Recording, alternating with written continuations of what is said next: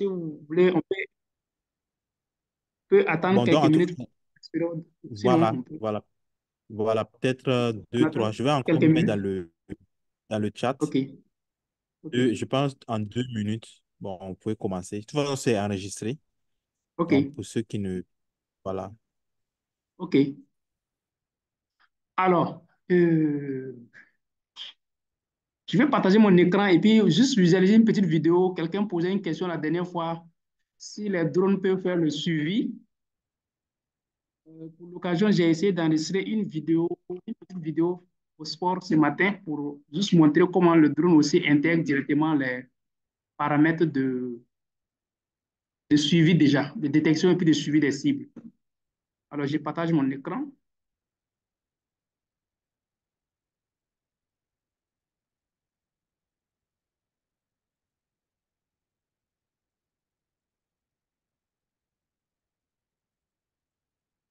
OK. Si vous voyez mon écran, alors j'ai juste enregistré une petite partie des séquences de vidéo où c'est le drone même qui, avec son niveau d'intelligence, là, permet donc de faire le suivi. Ça veut dire que quoi? On définit déjà une cible qu'on intègre dans le paramétrage donc, du drone, et de sorte que si il arrive effectivement à voir ça dans son champ de vision, il a la possibilité donc de suivre la cible partout où elle part jusqu'à ce que la cible disparaisse de son champ de vue. Si je parle de disparaître, par exemple, si la cible rentre dans une maison et la vision donc de drone ne lui permet plus de voir la personne, naturellement, elle va se promener aux alentours, parce que là où la cible s'est égarée, et espérons que la cible va ressortir pour qu'elle puisse capter encore, et donc le drone va poursuivre donc le suivi. Donc, je lance la vidéo, puis vous pourrez voir. Donc, une fois qu'on fait le paramétrage, vous allez remarquer qu'une fois que je bouge en bas, comme je me suis pris comme étant la cible, le drone donc me suit dans l'imagerie. Donc la caméra va s'orienter et si je m'éloigne plus, le drone lui-même bouge. Mais si je fais juste une rotation, ce que le drone fait, il va essayer de juste tourner, rester sur place, puis tourner la vision pour que je sois toujours visible, la cible soit toujours visible à l'écran. Et il est aussi possible de zoomer pour que la cible soit beaucoup bien, une fois qu'elle est beaucoup plus petite. On peut le faire manuellement ou automatiquement. Voilà, par exemple, quand on fait comme c'est pour dire qu'en ce moment, le zoom est assez grand, quoi. Donc, il va suivre la cible. Bon, jusque-là, c'est dans un seul sens. On va voir quand je vais vouloir retourner dans un autre sens. Tant que la vision lui permet, le drone suit toujours la cible.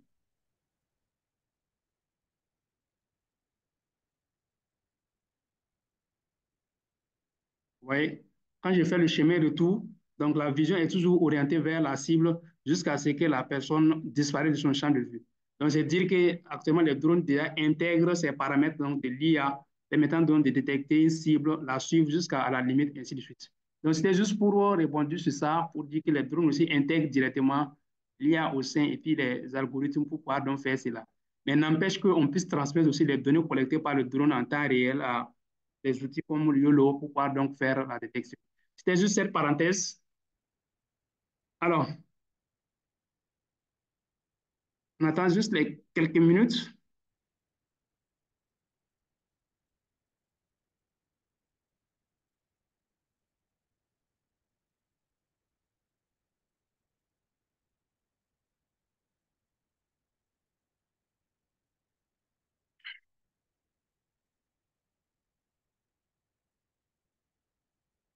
Donc, il était prévu hier qu'on allait faire, non seulement poursuivre avec notre projet d'entraînement avec notre propre dataset.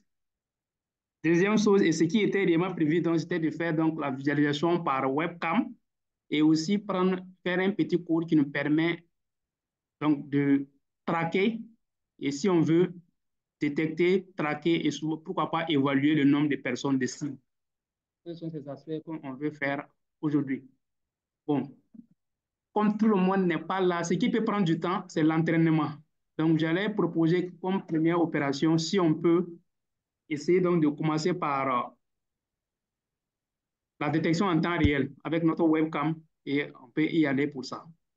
Donc, je vais essayer donc partager, par exemple, le fichier texte là, dans le chat comme on a l'habitude. Et les gens vont essayer de prendre pour qu'on puisse parler.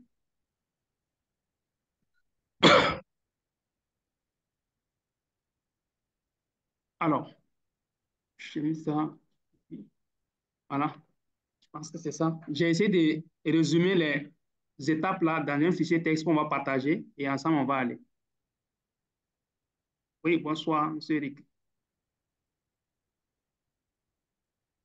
Donc, je vais partager ce fichier texte là dans le chat et on va essayer d'aller ensemble avec les différentes étapes. Donc, comment implémenter YOLO pour qu'il puisse nous détecter directement à travers donc, la webcam. Ça peut être la webcam, ça peut être une autre caméra supplémentaire ajoutée à votre ordinateur et d'autres types de caméras. Donc, tout ça, c'est possible. Si c'est une autre caméra venant, on verra le code qu'il faut mettre. Si c'est la caméra par défaut, c'est la webcam de l'ordinateur, ce qu'il faut mettre dans le code. Alors, donc, on va aller. Je partage donc le fichier texte dans le chat.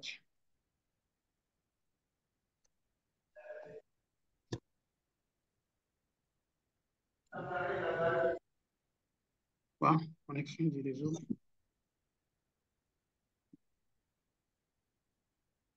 OK. Je pense que ça a été envoyé. Donc, essayez de télécharger le fichier et on va aller ensemble. On fait ça juste. Ensuite, on va voir donc, la détection aussi et le suivi des cibles.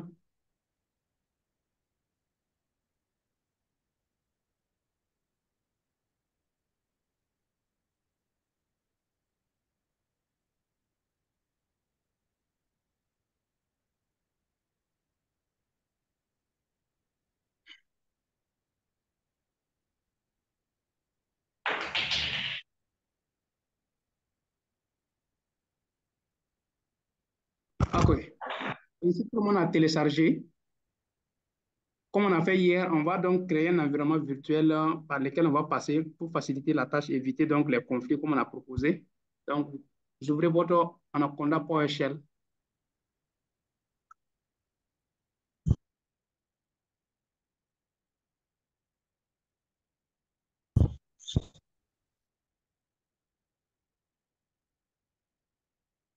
Bon, il y en a qui avaient des soucis hier pour la création d'environnement virtuel.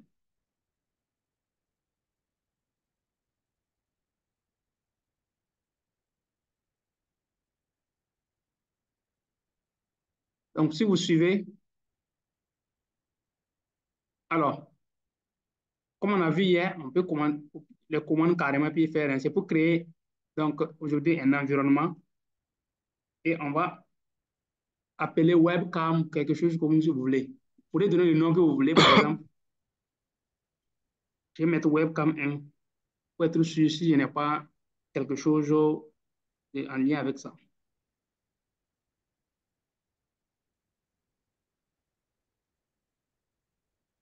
Bon, je mets 4 par exemple. Je peux être sûr si j'ai d'autres environnements auparavant.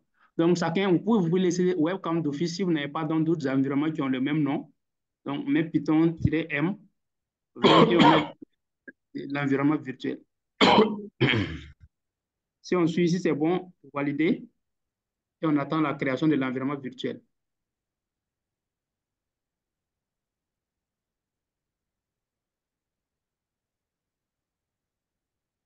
Chez moi, donc, c'est bon, l'environnement a été créé une fois que ça devient comme ça.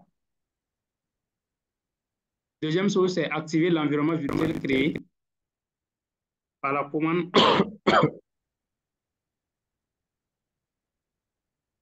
Donc, je mets la commande webcam. Il faut que le nom là soit le nom de l'environnement que je viens de créer. Donc, j'ai créé webcam 4. Donc, je mets donc bien 4 comme ça.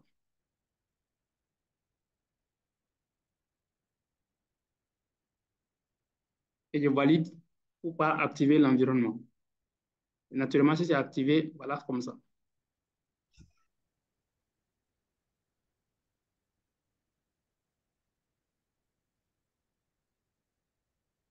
Alors, si cela est fait, l'autre chose, il nous faut maintenant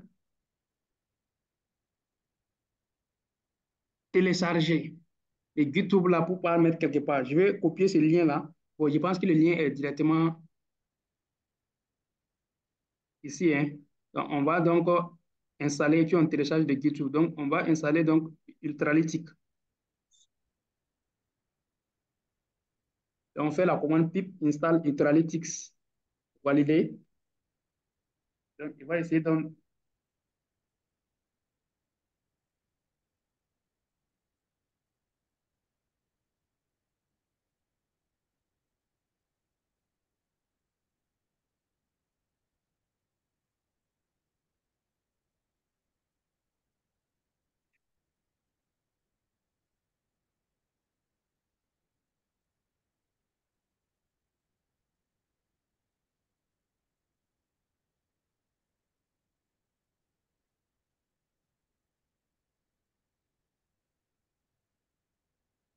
Donc, sentez que ça télécharge donc les éléments nécessaires en lien avec la version YOLO.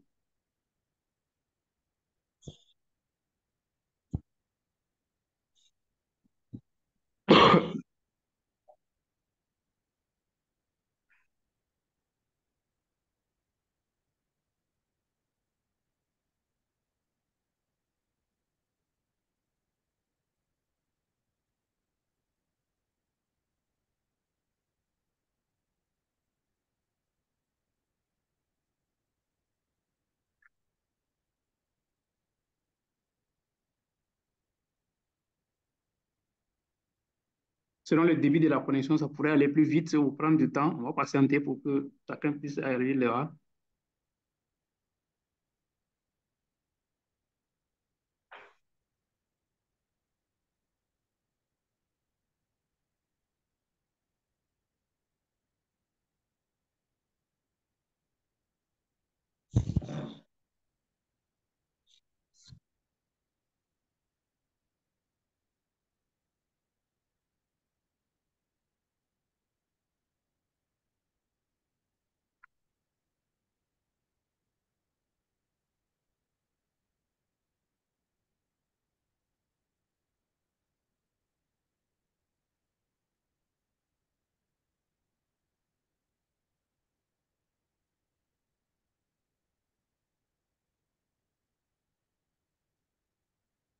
Donc, ça télécharge les différentes librairies telles que Torch, Pandas, Matplotlib, Torch Vision, ainsi de suite.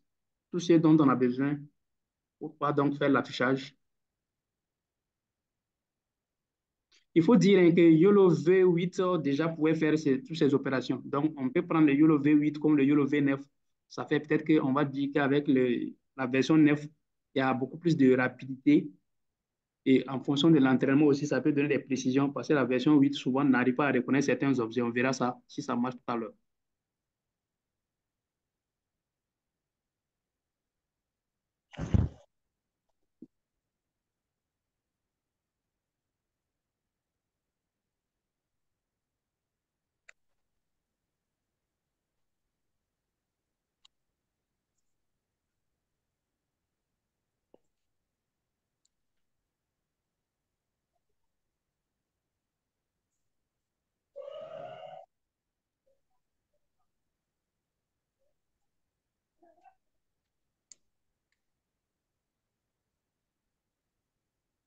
Alors, aussi, pendant qu'on y est, on peut directement aller à l'étape suivante qui consiste donc à télécharger le GitHub là, de YOLO V9 par ce lien. Donc, je vais copier le lien.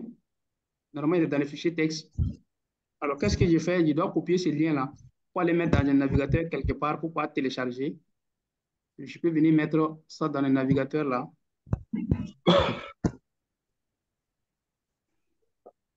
Puis, je valide pour que je puisse aller télécharger le GitHub là et en local.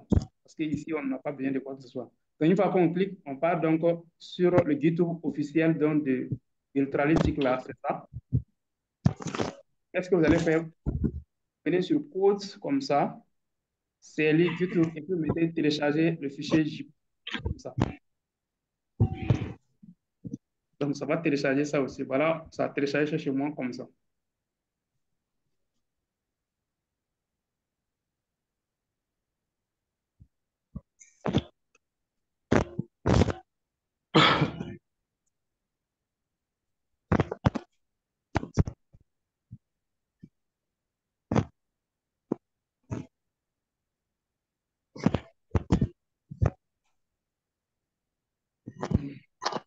Alors ça, le téléchargement est déjà fini. Je viens sur là. Là, Pour moi, c'est fini. pour moi, c'est Alors, fini. il y a la Alors, possibilité. il y a la Oui, possibilité. Oui. une question? Allez-y. C'était quoi? Alors, on me dit que j'ai la possibilité de regarder. Donc, je vais faire dans la mise à jour.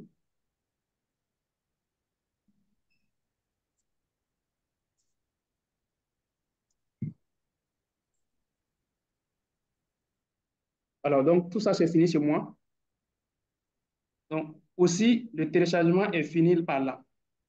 J'ai déjà téléchargé donc le YouTube là par là. Alors, je viens par exemple dans un dossier, supposons que je suis par là.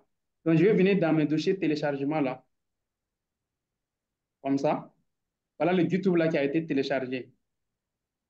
Alors, je vais voir s'il n'y a pas un dossier de même nom. Qu'est-ce que je fais? Je vais l'extraire d'abord. À partir de là, donc, je mets l'extrait vers le nom Ultralytic Main comme ça. Donc, ça a été extrait. Bon, ce nom-là, il est trop long avec des caractères bizarres. Je vais essayer de renommer peut-être. Et je vais mettre, par exemple, on peut donner le nom qu'on veut, ainsi de suite et autres là, mais pourvu qu'on retienne ce nom simplement. Bon, je vais mettre YOLO tout court. Voilà. Je mets YOLO tout court. Je l'ai renommé YOLO tout court. Et je vais essayer de le placer, par exemple, à un emplacement quelconque sur mon truc. Je préfère aller le mettre sur, dans mon dossier codage ou coding quelque part. Chez moi, je vais le mettre quelque part dans un dossier, le E. Et s'il n'y en a pas un dossier qui porte le même nom, donc je vais le mettre ici. Donc mon dossier s'appelle YOLO. Et je l'ai mis dans ce répertoire, le disque E et puis le dossier coding. Je ne sais pas si l'installation là est finie pour tout le monde à ce niveau, comme ça dépend des quantités. Alors, donc si l'installation est finie normalement et qu'on a pu aussi télécharger le fichier, le dossier de YouTube là, et que vous l'avez renommé, vous pouvez garder le même nom, mais il est conseillé de prendre les noms qui sont les plus courts possibles, sans les caractères là, comme on va donner le schéma d'accès. Donc, je l'ai mis dans un dossier appelé simplement YOLO et je dois retenir le répertoire. Bon, ce n'est pas trop truc parce que je vais essayer de l'ouvrir comme ça. Quand j'essaie de l'ouvrir, je viens ici, là. Je viens sur le dossier, je fais clic comme ça et je dis copier l'adresse. Voilà. Je copie l'adresse du dossier là, YOLO, là où je l'ai mis, peu importe là où je l'ai mis, je prends donc le chemin d'accès en copiant l'adresse et je vais revenir ici. Qu'est-ce que je vais faire? En fait, je vais me loger maintenant dans ce dossier-là. Donc, je fais CD comme ça et je colle l'adresse. Chez moi, c'est pas donc de E, coding et puis YOLO. Une fois que c'est bon, je valide. Donc, je me retrouve maintenant dans ce dossier-là.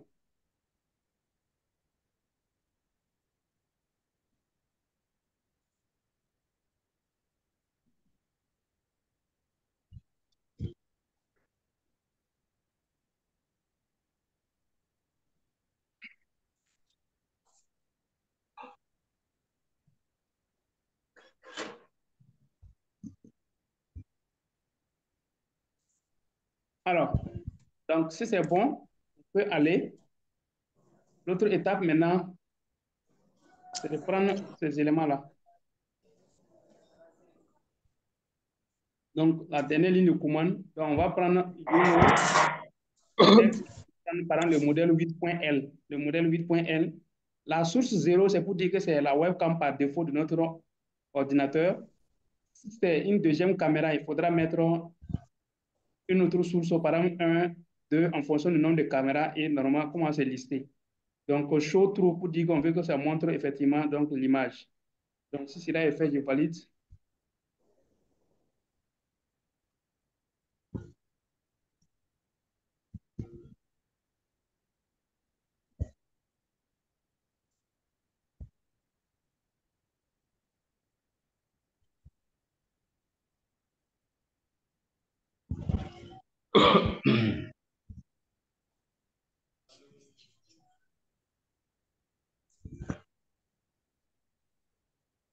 Alors, donc, ça, mon antivirus me demande est-ce que j'autorise donc pour qu'on puisse ouvrir donc la webcam. Je l'autorise. Et voilà donc, en ce moment. Donc, si chacun arrive à le faire, logiquement, vous devez avoir donc votre caméra.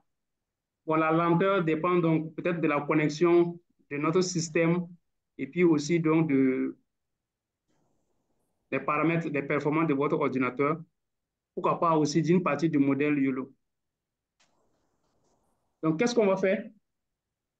Je ne sais pas si tout le monde voit. Par exemple, sur moi, ça me détecte avec, il sait que c'est une personne et ça détecte avec un seuil de confiance de 0,94. Ce que je vais faire, je vais essayer de lui montrer un téléphone pour voir est-ce qu'il reconnaît le téléphone aussi. Voilà bien. Quand je lui montre le téléphone, il dit que c'est un téléphone et le seuil de confiance à 0,91. Essayez, ça fait un peu voir. Hmm.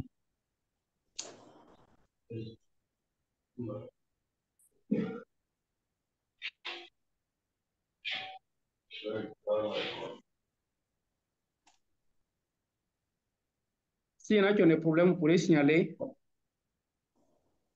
Comme c'est pas branché là-haut. Donc, je cherche les objets. Par exemple, ça dépend de la classe d'objet qui a été entraîné là-dessus. Par exemple, il sait que c'est une personne, il sait que c'est un téléphone. Je vais chercher un bic pour voir est-ce qu'il le reconnaît.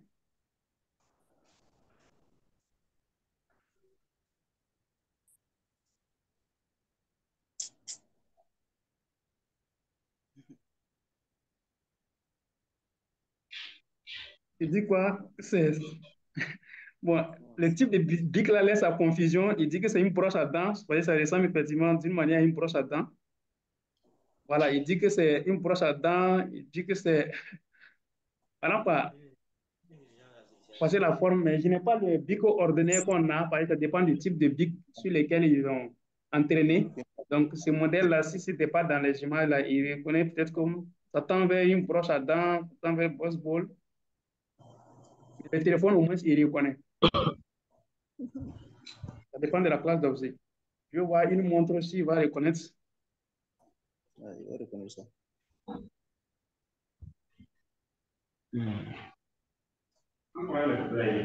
Hmm? Steve. Bon, par exemple, la montre, Non, et quand il est parti, il a que le courant est coupé. il y a quelqu'un qui a son micro activé. Donc, j'ai mis montre, une montre. Alors, certainement, dans sa base de données entraînées,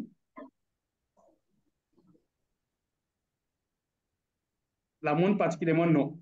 Mais ma main a une partie, oui, mais il ne trouve pas la montre particulièrement comme étant donc quelque chose qui a été entraîné. Je cherche un écouteur, tu vois.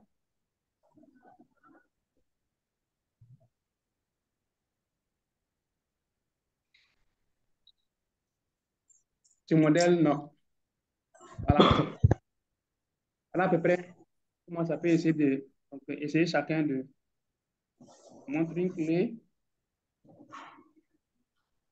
Bon, réfrigérateur, c'est notre desk des équipements réseau qu'il détecte comme ça la forme d'un réfrigérateur. Il dit que c'est un réfrigérateur. Voilà. Par exemple, quand je montre les clés, d'une moindre mesure, il reconnaît une partie. Donc, les câbles qui sont derrière, il les reconnaît souvent et il compare à quelque chose d'un cas. Voilà. Avec les taux d'erreur. OK. Est-ce qu'il y a des questions?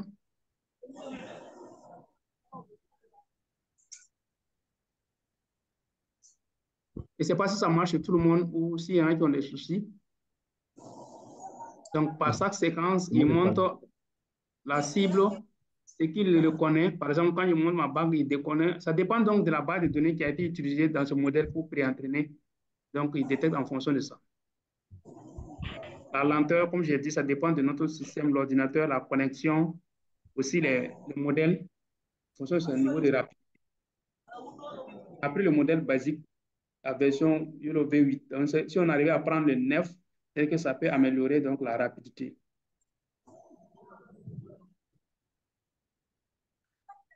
Donc, c'est dire que si on fait ça et puis on relie avec une caméra braquée donc, dans la circulation, naturellement, les cibles seront donc identifiées, ainsi de suite, pour pouvoir être citées en temps réel.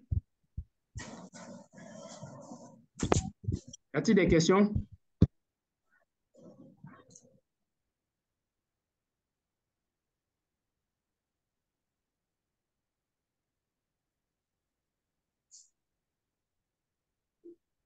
Donc,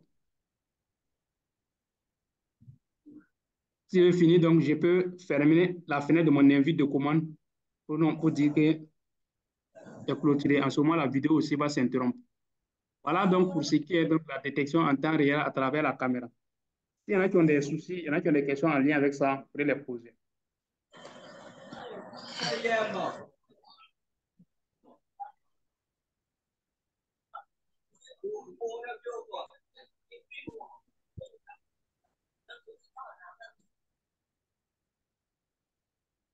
Oui, allez-y, il y a une main levée. Allez-y. Oui, Lionel. Bonsoir, monsieur Foulier. Bonsoir. Ça fait une question, bon, j'ai une question du ministre. Je vous entends faiblement. Comment, allô, vous m'entendez? Oui, oui, c'est bon. Oui, j'aimerais savoir comment on gère le fine tuning avec YOLO. Comment on gère? Le fine tuning. Oui. Avec YOLO. Par exemple, je me rends compte que la version pré-entraînée de YOLO, là, Oui. la version 8, permet de reconnaître au maximum 80 classes d'objets. Oui. Oui. Oui. Maintenant, si l'on veut, en plus de ces 80 classes-là, Oui. qu'il soit en mesure de détecter peut-être 4 autres classes qui ne sont pas dans sa base de données. Oui. Comment, au fait, on s'y prend?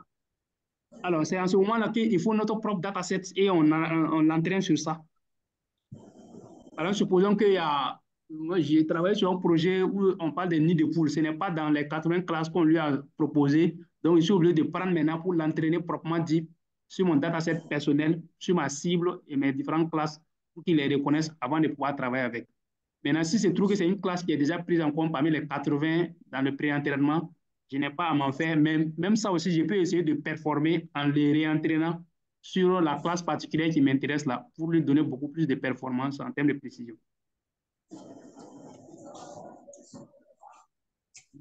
Dans ce cas, est-ce Oui. que mon dataset doit contenir des images annotées des 80 classes précédentes ou bien je suis juste, Non, non, non, non. dans votre cas, des datasets On n'a plus besoin. Et puis, ce qu'il faut savoir, par exemple, quand on va vouloir faire tout à l'heure, là, ce n'est plus le modèle préentraîné qu'on va prendre, c'est le poids qu'on prend et on va lui dire que c'est un jeu de données nouveau et qu'il faudra donc tout. On n'a plus. Moi, je précise mes 2 classes. Par exemple, si c'est le cas de chien et chat, je précise que seulement il y a 2 classes.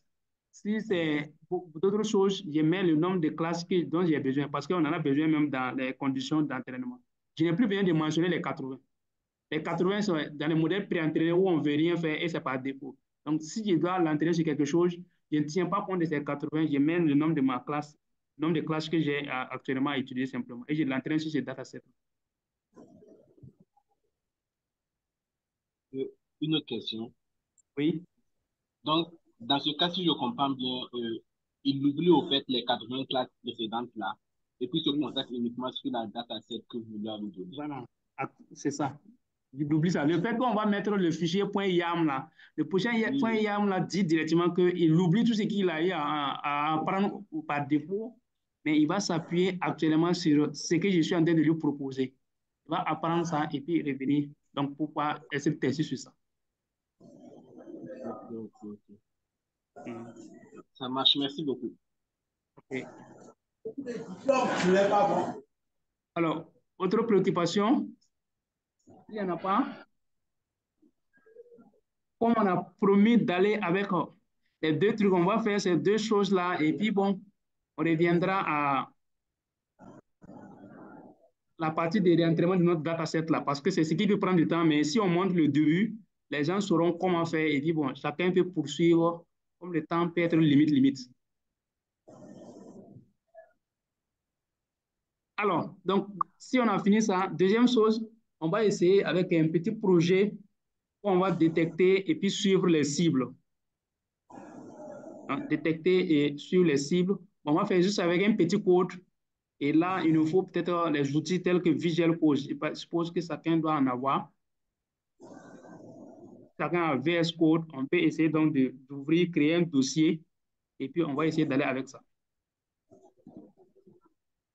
OK. Là-bas, il n'y a pas de fichier tellement c'est sommaire, mais on peut mettre les codes là. Je vais partager et chacun pourra ouvrir. Donc,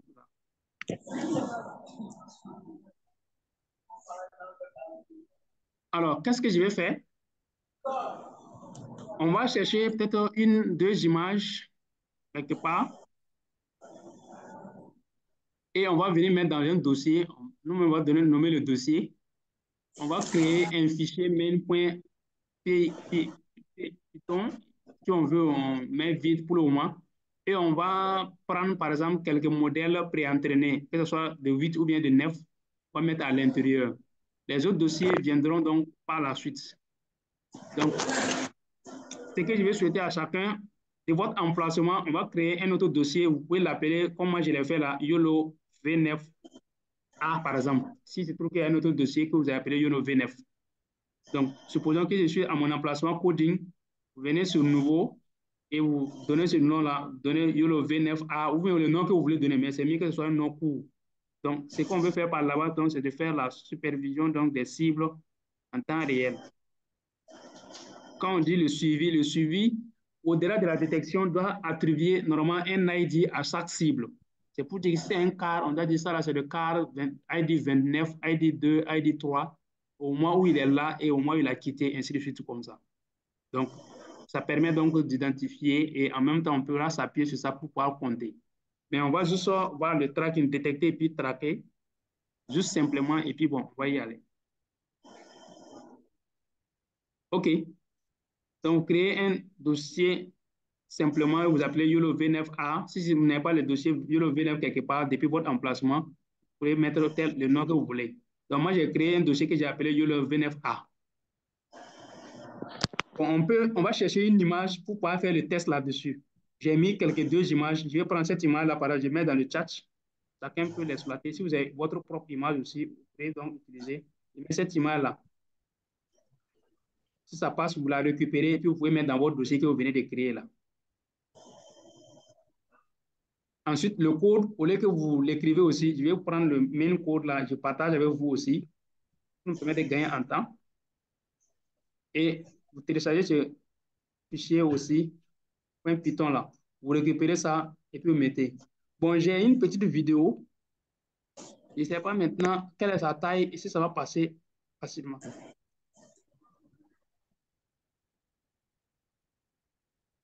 Bien, c'est un peu lourd. Bon, ça c'est neuf, donc je préfère celle-là.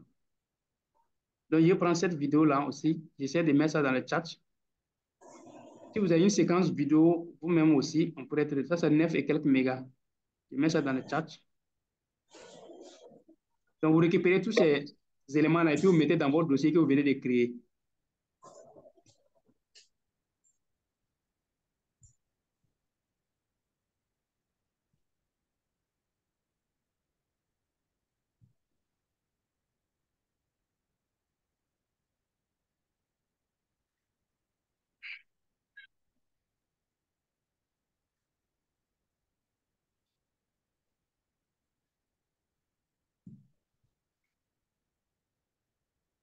La vidéo est en train de venir. Comme c'est un peu lourd en fonction de la connexion, vous récupérez l'image, le main.python.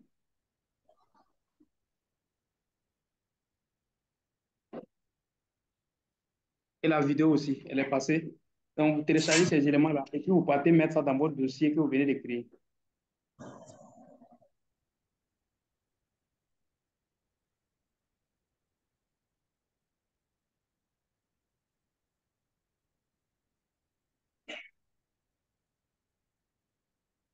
Ensuite, bon, le modèle YOLO V9, on a montré comment on peut télécharger directement. Je vais donner le GitHub, par exemple, de YOLO V9, là, officiel surtout, pour qu'on puisse télécharger directement à partir de là-bas.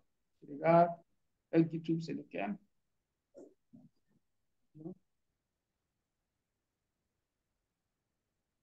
Voilà. Le GitHub officiel de YOLO V9, là, c'est ça.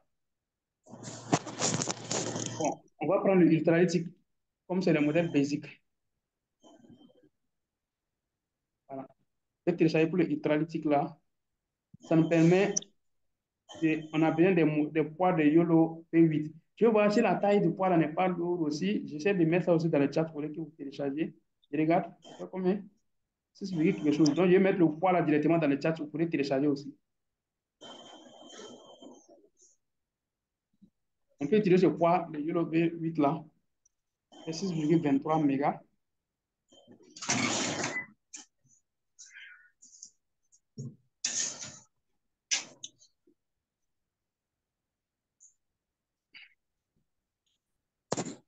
Pour qu'on n'ait plus besoin de télécharger ça non plus, quoi.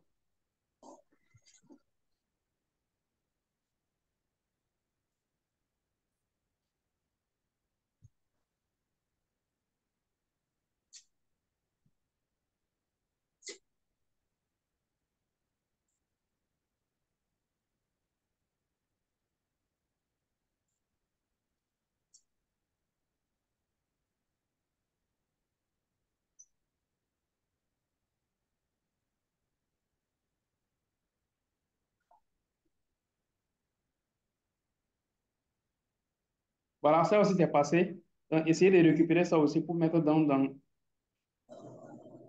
votre dossier. Donc, pour l'instant, j'ai donné une image, même si on ne prend pas la deuxième, mais une seule image, c'est bon. Le code, une petite séquence vidéo et le modèle pré-entraîné de YOLO V8.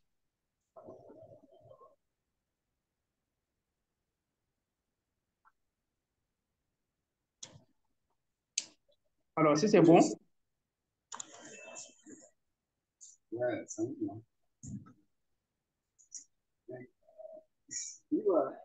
bon, j'ouvre juste le code, mais à partir de Visual Basic, là, directement, on va pouvoir le voir. Donc, si tout le monde a pu mettre l'ensemble de ces éléments-là dans son dossier qu'il a créé, je pense qu'on pourra aller. Je suppose aussi que tout le monde a le Visual Basic Code, là, le VS Code. Je parle de celui-là.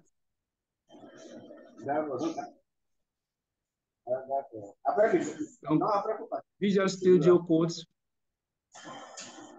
et vous pouvez le faire rapidement pour télécharger. Après, faut passer. Je l'ai pris sur le téléphone, mais comme c'est Il y a quelqu'un qui a son micro activé. il faut oublier. D'accord.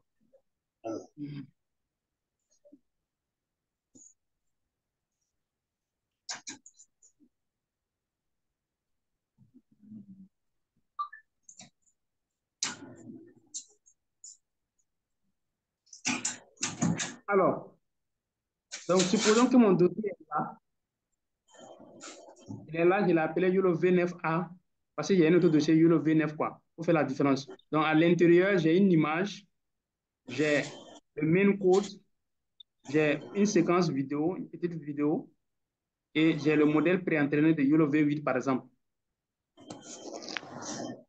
Alors, donc, qu'est-ce que je vais faire? Si vous avez la possibilité, je peux ouvrir le VS Code là. Donc, vous allez venir chercher VS, chercher votre outil là, le VS Code là, Visual Basic comme ça, et vous l'ouvrez.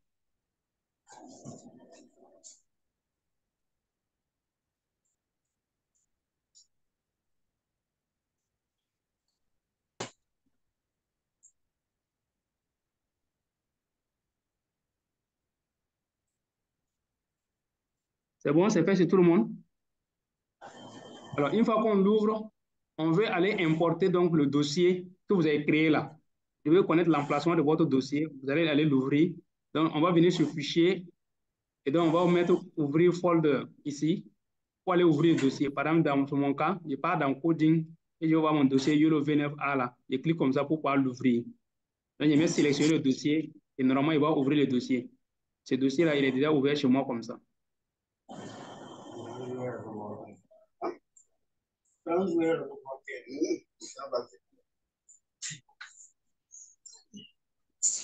Il y a quelque chose qui me l'a fait.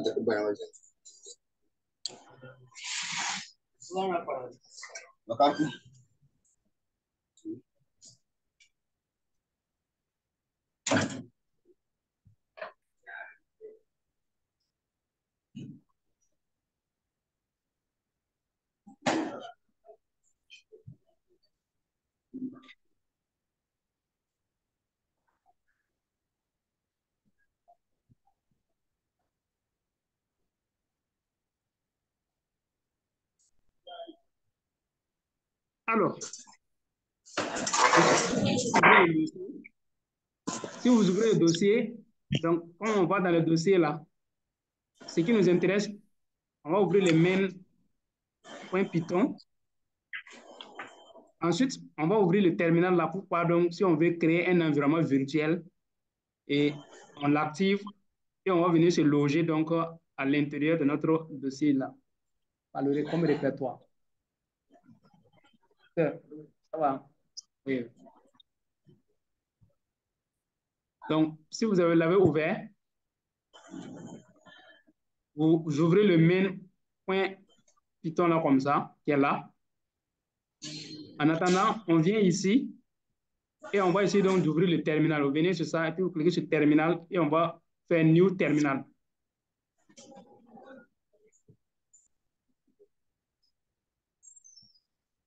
Donc, dans ce new terminal là,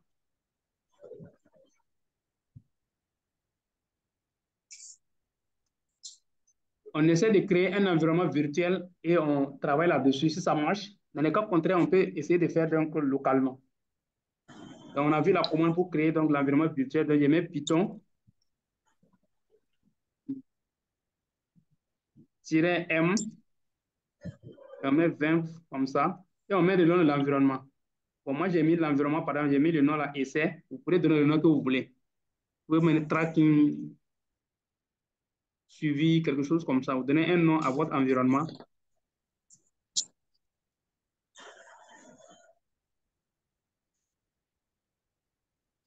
Et vous validez.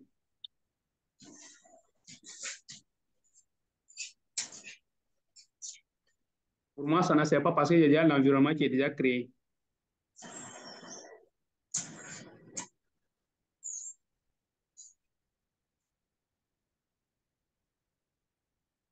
Alors, une fois que l'environnement est créé, on avait la commande, si vous voulez, je mets dans le chat, mais on peut réécrire, c'est de directement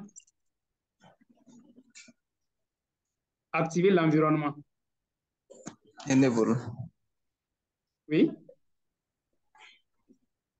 OK.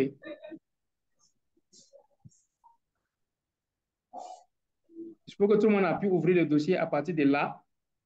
J'ai mis les différents modèles pour qu'on n'ait pas besoin de télécharger quoi que ce soit. Vous mettez à l'intérieur donc les éléments nécessaires dont on avait besoin pour avoir là. C'était l'image, la séquence vidéo. Pour moi, j'avais deux images. Donc, il y a l'image, la séquence vidéo, le main et le modèle pré-entraîné de YOLO V8. Même si on n'a pas les deux autres, je pense que celui-là peut faire le travail. Après, vous verrez qu'est-ce qu'il faut faire.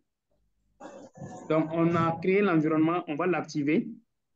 On a dit, en fonction de l'environnement créé, vous mettez le nom de l'environnement, comme ça, et on met script, script comme ça, 8, et on met activate. On l'active pour voir. Bon, chez moi, ça ne sert pas. Donc, je vais laisser, il n'y a pas d'autorisation. Donc, je laisse et je vais travailler en local. Si pour vous, ça me valide, comme vous êtes en train de créer pour la première fois, sinon, ça ne sert pas, on va aller directement. Ce qu'on veut faire, c'est d'installer maintenant la librairie Ultralytic. On va mettre pip install Ultralytic, comme ça. Voilà. Pip install Ultralytics, comme ça.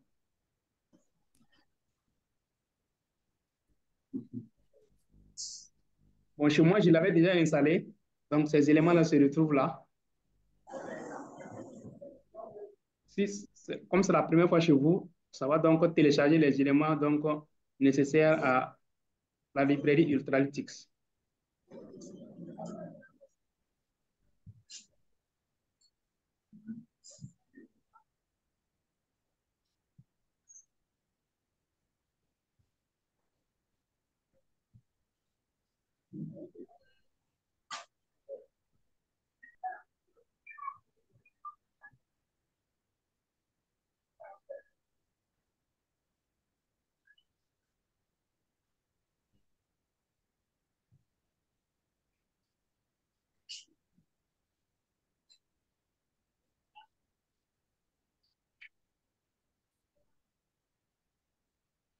Donc, peut-être que ça peut prendre du temps.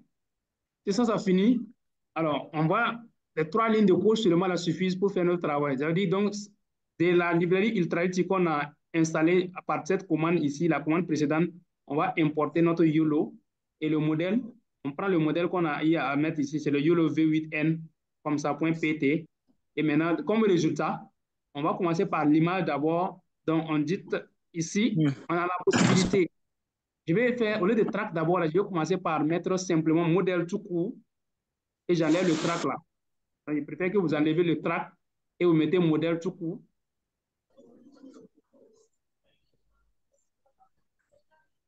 Vous mettez modèle tout court et au lieu de la vidéo aussi, on va essayer donc de mettre l'image simplement.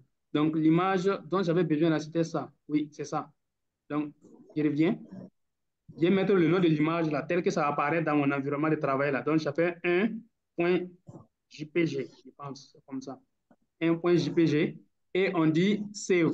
Quand on met true, c'est pour dire qu'on veut que le résultat là soit enregistré dans un dossier. Normalement, c'est dans le dossier run. Il va mettre detect et il va mettre F, comme on a vu de l'autre côté, S, S2, S3, S4 en fonction du nombre de tests. Donc, on a mis le modèle simplement et on dit de tester sur l'image simplement. C'est .jpg, pas .virgule. C'est 1.jpg. Voilà l'image comme ça. 1.jpg et on met save true pour dire d'enregistrer donc le résultat de détection. Si c'est bon, donc on pourrait donc exécuter ce code-là, mais à condition que vous ayez fait déjà ça, changer. J'ai dit d'enlever pour le moment le track et vous mettez les 1 point modèle tout court et puis vous mettez les 1 pour dire qu'on veut juste ça, détecter quoi. Donc il va essayer donc de lancer l'inférence sur l'image.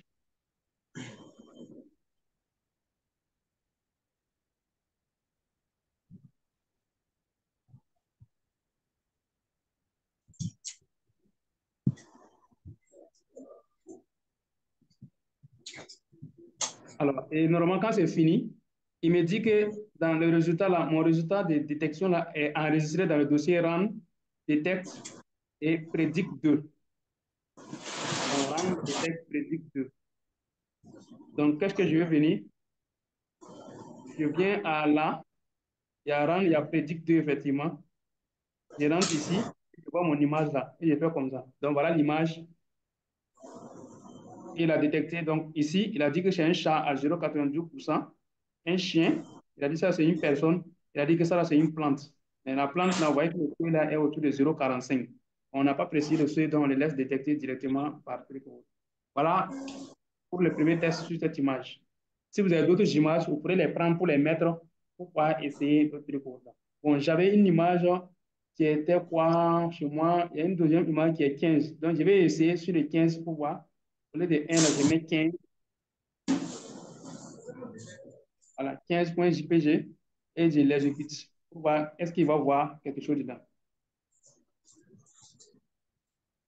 Parce que dans cette image initiale là, je regarde bien.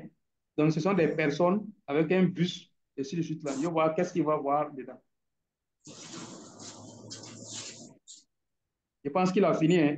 Il m'a dit que mon dossier là, mon résultat de détection est détecté, est enregistré dans le dossier Detect Predict 3. Alors, donc, je viens dans Predict 3 et j'ai 15 ici. Regardez bien, donc, il a détecté les personnes, comme il y a beaucoup de personnes superposées, et il a détecté un bus qui est un peu en haut comme ça, avec des bons seuils de confiance. Voilà à peu près ce que ça fait sur ça.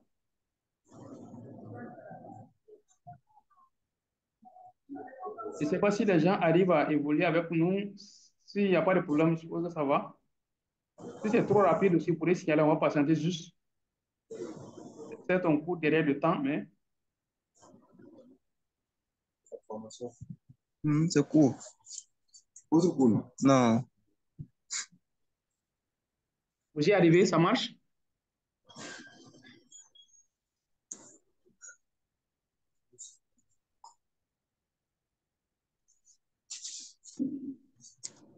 Bon. Alors, tomorrow.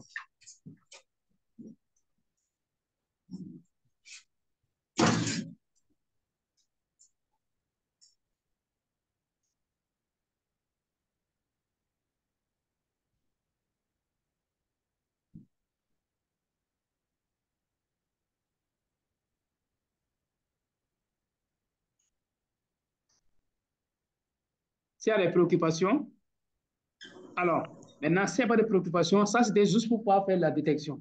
Notre but, ce n'est pas ça, mais c'est de faire ce qu'on a appelé donc le tracking. Le tracking suppose qu'on alloue un ID à chaque utilisateur, donc à chaque cible détectée, de sorte qu'on puisse dénombrer à travers les ID. Donc, l'ID va dire le nombre de personnes déjà présentes sur la chaîne ou bien dans la séquence vidéo. Donc, qu'est-ce qu'on fait? On revient sur le main point maintenant et je fais comme ça. Je vais mettre modèle maintenant point track. Track. Voilà, j'ajoute track cette fois-ci. Bon, je ne vais pas mettre mon image, tiens, là, il y a trop de personnes dedans, mais je vais mettre par exemple mon image 1 là, pour dire là où il y a la femme et puis truc ou autre là. Donc, je mets l'image 1.jpg en attendant qu'on vienne à la vidéo. Donc, je vais l'enregistrer et je l'exécute. Pour tester sur ça, pour voir qu'est-ce que ça va donner. Donc, naturellement, le résultat de track et le résultat de la détection simple là, ne seront pas dans les mêmes répertoires. Donc, ici, il a dit que c'est fini, mais mon résultat est enregistré dans Detect maintenant et Track 4. Alors que de l'autre côté, c'était dans Predict. Donc, Detect et puis Track 4. Donc, je pars dans mon dossier Detect et je cherche Track 4. Voilà ça. Et l'image est là. Regardons bien ce que ça donne. Donc, vous voyez qu'en delà de donner dans la classe, donner le seuil de confiance, vous voyez bien que ça ajoute maintenant un ID. Voilà. Donc, le chien, l'ID 1, il y a ID 2, il y a ID 2 là, il y a ID 3 là. Voilà, après, la différence qu'il y a entre le tracking et la détection simple.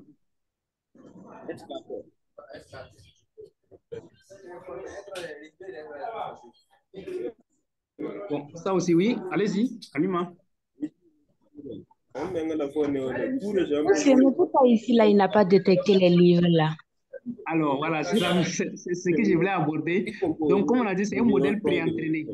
Si on n'a pas précisé ces classes d'images là, et aussi, nous, on n'a pas précisé le seuil. Peut-être que si on rabaissait le seuil, il peut arriver à voir. Mais si on n'a pas précisé ce type d'image là, tu as vu tout à l'heure quand on a fait en live, très souvent, le BIC, il voyait ça comme une proche, ainsi de suite.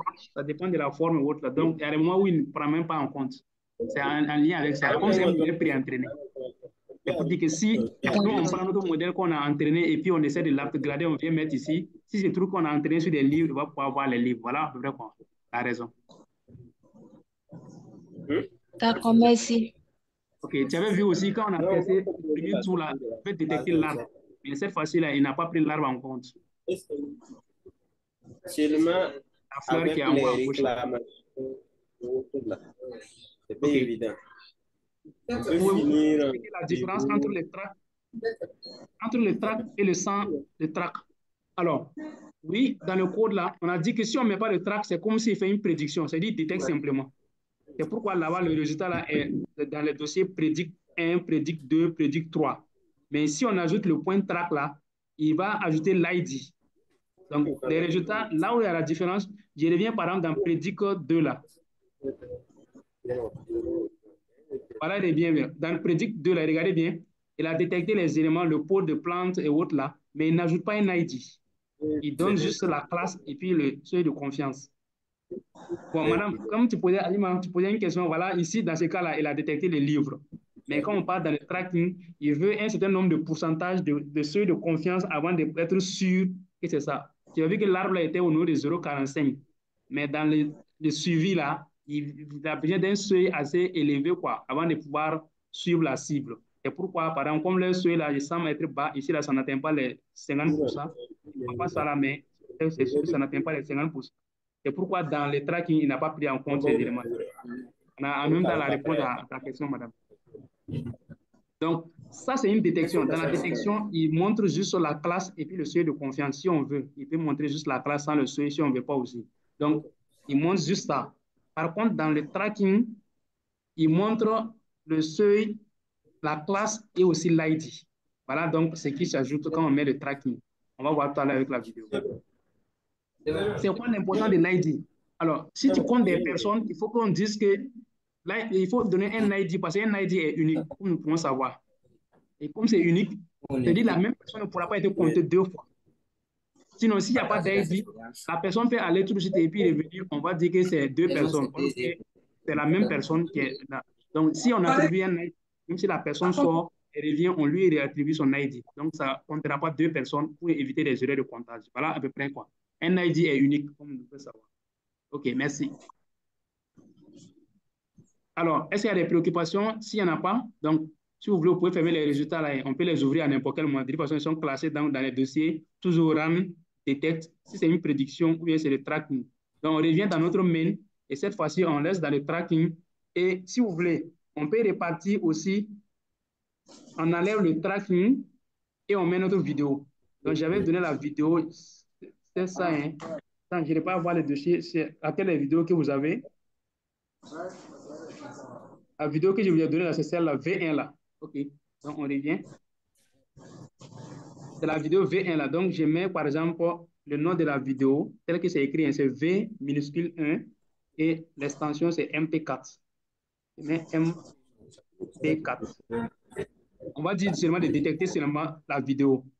Ici, on ne veut pas de tracking. Donc, on lance pour voir la nuance aussi. Donc, si c'est bon, vous exécutez.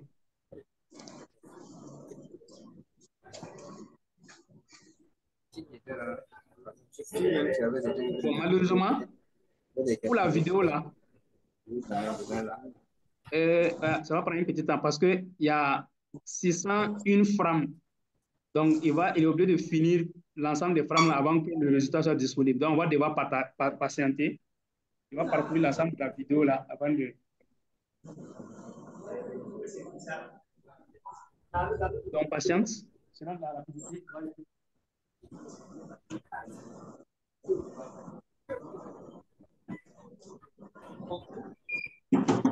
Oui.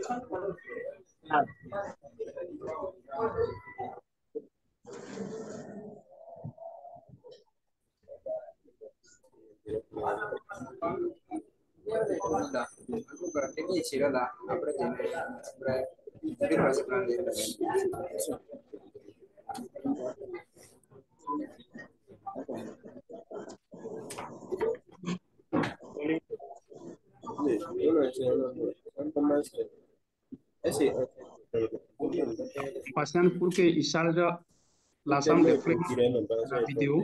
Et là, le résultat, vous allez voir donc par chaque frame, il montre le nombre de cibles détectées. Souvent, c'est 8K, souvent, c'est truc. Bon, malheureusement, je ne sais pas si quelqu'un peut avoir une vidéo. Je vais fouiller pour voir si on a une vidéo des personnes différentes des véhicules et autres. Ce n'est pas que c'est des véhicules seulement. Hein. On peut chercher seulement une séquence de vidéos où on trouve des éléments. Je vais vérifier quelque part, si vous me permettez. Tata, c'est pas quelque part pour fouiller, voir.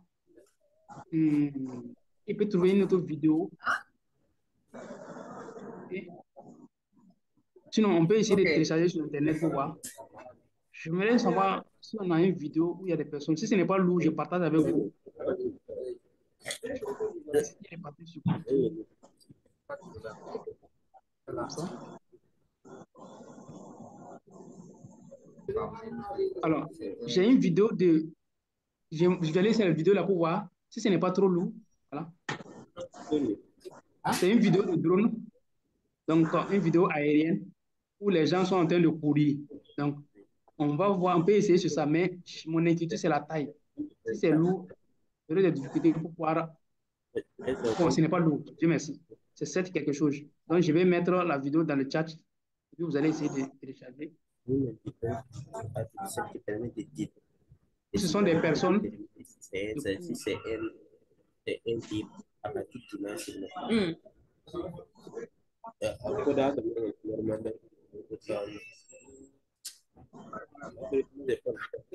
Là, même qui aime get des configurations, mais le développement, les trucs nécessaires pour le télécharger. Monsieur Badini Soumaïla, est-ce que vous pourrez désactiver votre micro?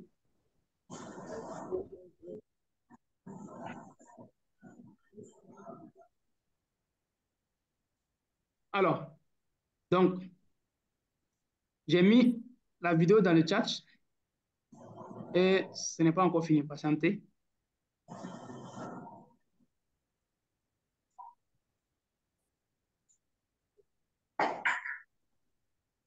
En même temps, je vérifie. Bon, chez moi, logiquement, c'est fini avec la vidéo. Donc, on dit que le résultat, ça va être un detect et predict 4.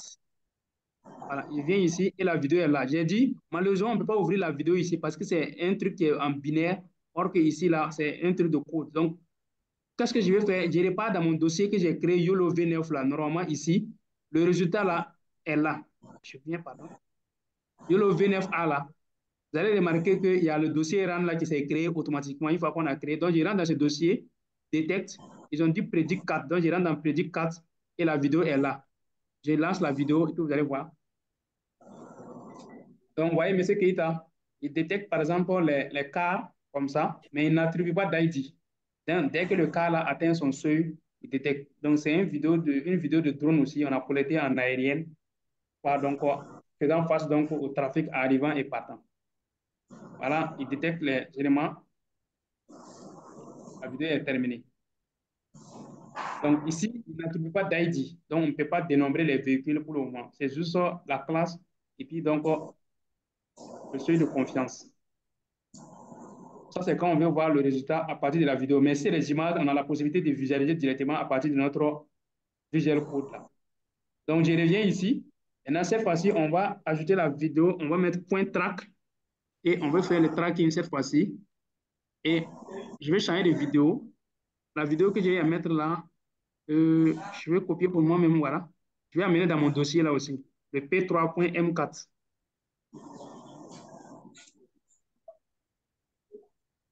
Non, ne vous inquiétez pas, M. Badini, ça arrive souvent. OK, allons-y.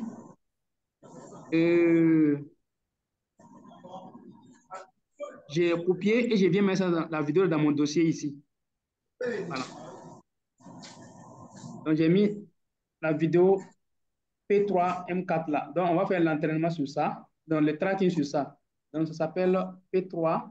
Je regarde bien, c'est la P3M4.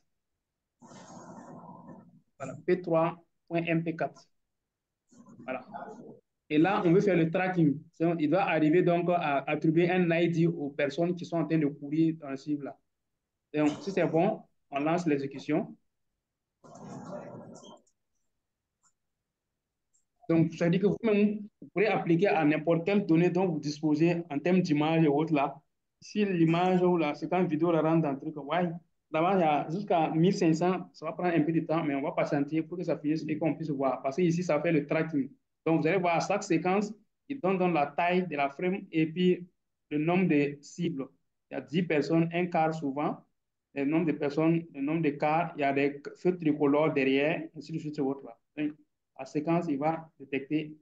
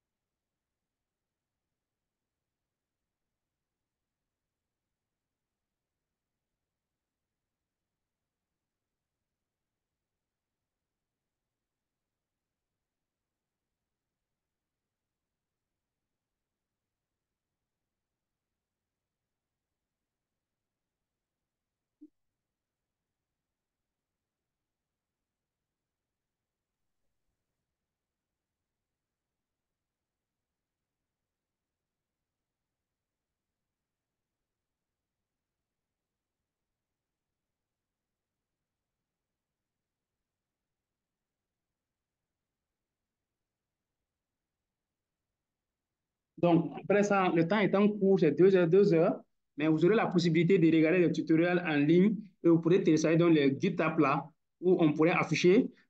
Après, je vais vous montrer un coup. Malheureusement, c'était trop lourd. Je voulais partager, mais c'est un peu lourd à partager avec vous.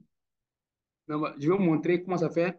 S'il y a moyen de compresser, puis vous envoyer, que ce soit par mail ou par WhatsApp, on peut le faire. Et puis, vous allez essayer donc de vous modifier à votre guise. Ici. Parce que ici, pour le moment, on fait le tracking, mais on n'a pas écrit expressément le nombre de cibles qui vient et qui part. Donc, on peut essayer, dans un autre cas, de faire ça et puis pouvoir aller à notre entraînement. Le temps ne sera très court, mais on va juste donner les débats. Et au besoin, on pourra échanger. Comme il y a le groupe là, peux donner mon adresse aussi, mais au besoin, on peut s'assister, ainsi de suite. On attend que la vidéo finisse pour voir le résultat. Et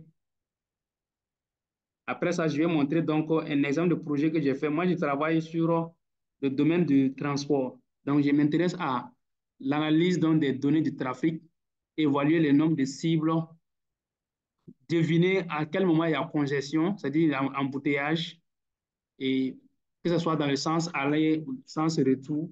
Et au besoin, on va donc ajouter les informations. Donc, pour cela, je peux partager ce cours avec vous. Vous pourrez appliquer dans votre cas. Et surtout, la détection, c'est mieux de faire ça par rapport à une cible et par rapport à un point donné. Ça peut être un carrefour où on veut que dès que la personne arrive là-bas, qu'on puisse la compter. C'est toujours mieux. Si c'est les ronds-points, par exemple, ou bien les zones où il y a un embouteillage, on trace donc un trait et on dit toute personne qui franchit ça là, dans un rayon, normalement, on dénombre la personne et on affiche le résultat. On patiente que ça finisse donc dans notre frame. S'il y a des questions, vous pourrez les poser.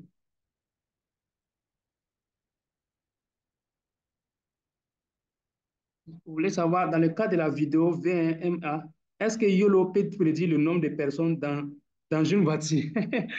Ou prédire dans une... Ce n'est pas YOLO en fait, c'est votre caméra. Si la caméra arrive à rendre le nombre de personnes visibles dans la voiture, oui, YOLO peut donner le nombre. Mais il faut que les personnes soient visibles d'abord dans la voiture, à partir de l'image ou de la vidéo.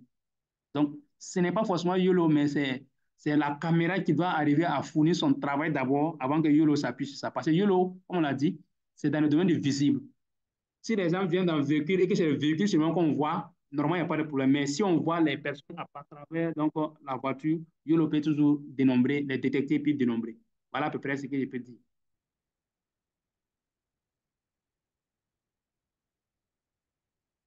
Par exemple, si un car, par exemple, quelqu'un a fait sortir sa tête par la fenêtre et qu'on peut voir la tête là, YOLO peut dire. Si la vitre aussi est transparente au point qu'on peut voir la personne à travers, YOLO peut détecter et puis pouvoir dire. Voilà à peu près ce que ça peut faire.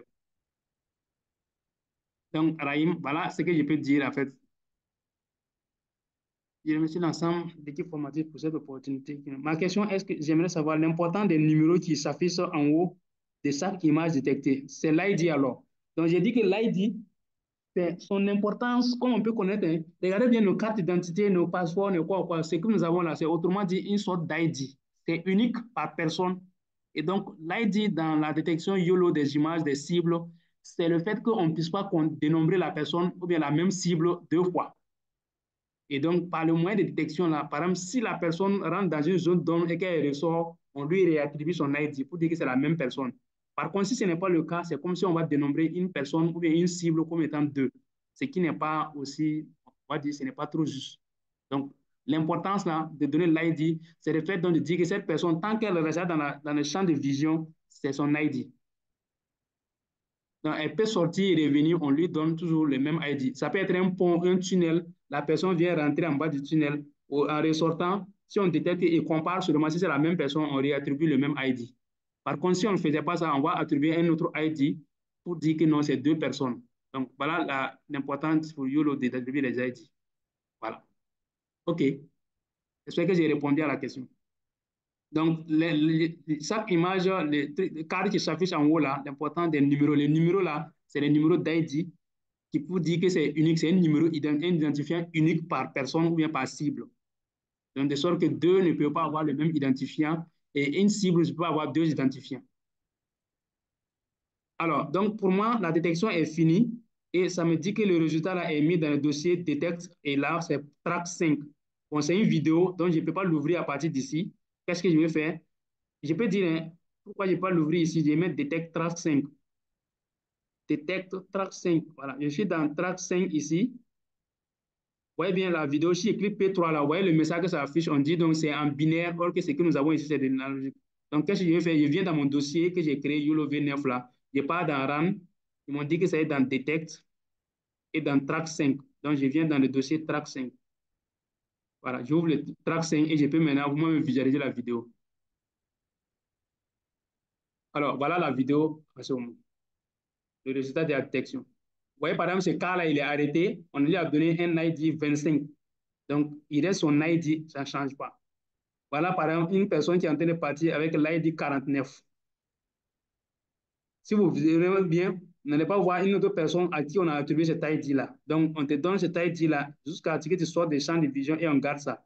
Donc, de sorte que si on voit ID 81, c'est pour dire qu'il a pu détecter 81 personnes. Voilà à peu près quoi.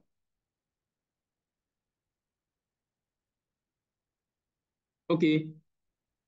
Est-ce qu'il y a des questions?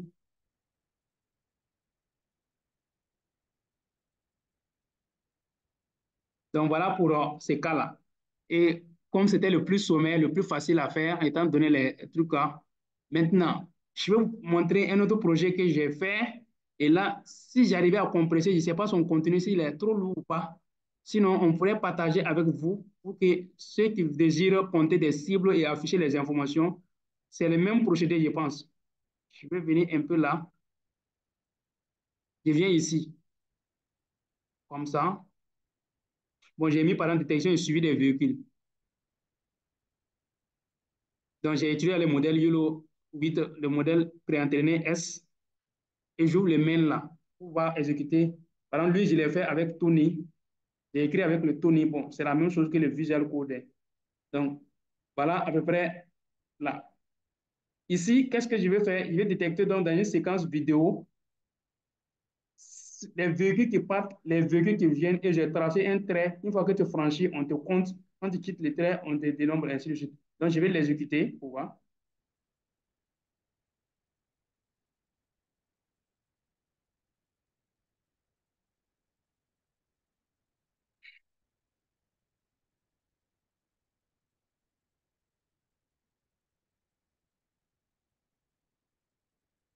Après, donc, je vais vous expliquer les différentes informations en fonction donc de... Voilà.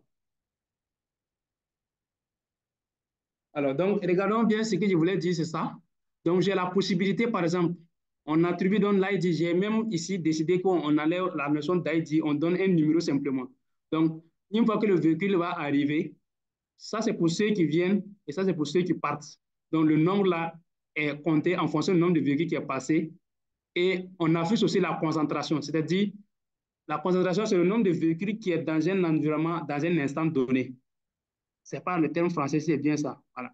C'est-à-dire le nombre de véhicules, par exemple, dans l'intervalle de 1 minute, on dit le nombre de véhicules qui a pu franchir la zone là. Vous voyez, j'ai tracé les deux traits, comme ça, on met le nombre de véhicules.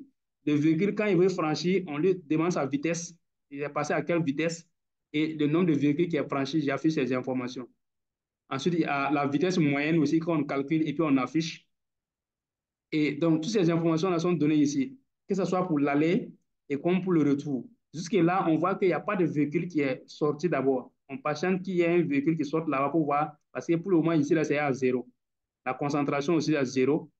Le flux, et bon, ceux qui sont du transport, là, connaissent les terminologies des termes, c'est ce que ça veut dire. Donc, ici, c'est la vitesse moyenne par heure. La concentration, c'est le nombre de véhicules donc, qui passent durant un certain, je veux dire, sur une certaine dimension, par exemple 1 km, 100 mètres, ainsi de suite, on peut calculer en fonction de ça. Maintenant, j'affiche pour chaque véhicule, sa vitesse est affichée directement comme ID du véhicule à dehors de ça. Par exemple, c'est 53. Quand il va arriver dans notre coin là, on évalue sa vitesse, il passe à quelle vitesse?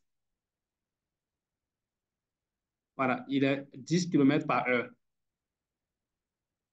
Bon, la lenteur de la vidéo, c'est en lien avec le système qui exécute. Donc, en même temps, les informations aussi s'affichent en bas. Mais moi, j'ai décidé d'afficher directement pour les véhicules qui viennent ici. Voilà. Bon, pour une première fois, il y a un véhicule qui est voilà. Quand il le fait, donc on affiche la vitesse du véhicule, 72 km par heure. Vous voyez bien, il a compté qu'il y a un véhicule qui est passé maintenant ici. Et la concentration devient comme ça. Donc, il dit que sur 1 km, on peut considérer que c'est fait 100 véhicules. Ainsi de suite. Donc, pendant que ici, là, ça augmente, et on est à peu près là.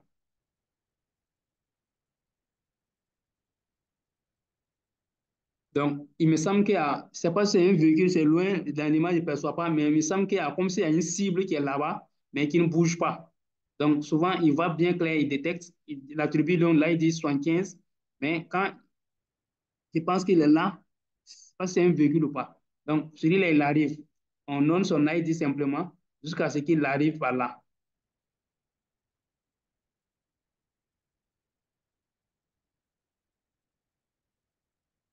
Et donc, quand il va vouloir sortir, on affiche sa vitesse, et ainsi de suite. Voilà donc un exemple de projet et autres. Donc, à partir de quoi on a tout écrit à partir de là. C'est-à-dire que vous pourrez paramétrer les traits.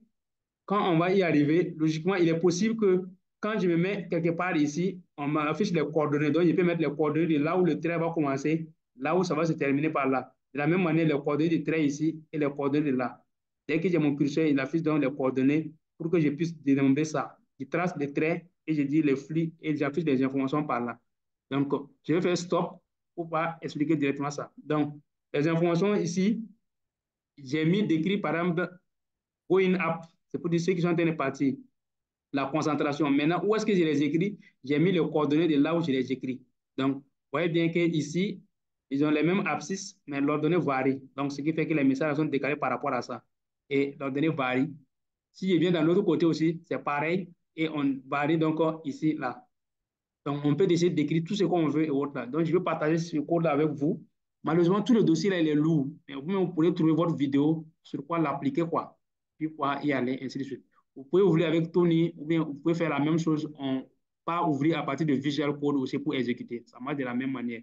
Donc, ici, c'est une application où on décide nous-mêmes d'afficher toutes les informations. On n'a plus besoin de mettre des personnes pour pouvoir compter le nombre de véhicules qui passent, ainsi de suite. Voilà un exemple. Est-ce qu'il y a des questions? Pour des raisons de ça, je n'ai pas pu rejoindre les autres séances. J'aimerais savoir si on aura accès aux enregistrements. Oui, c'est ce que l'initiateur avait dit.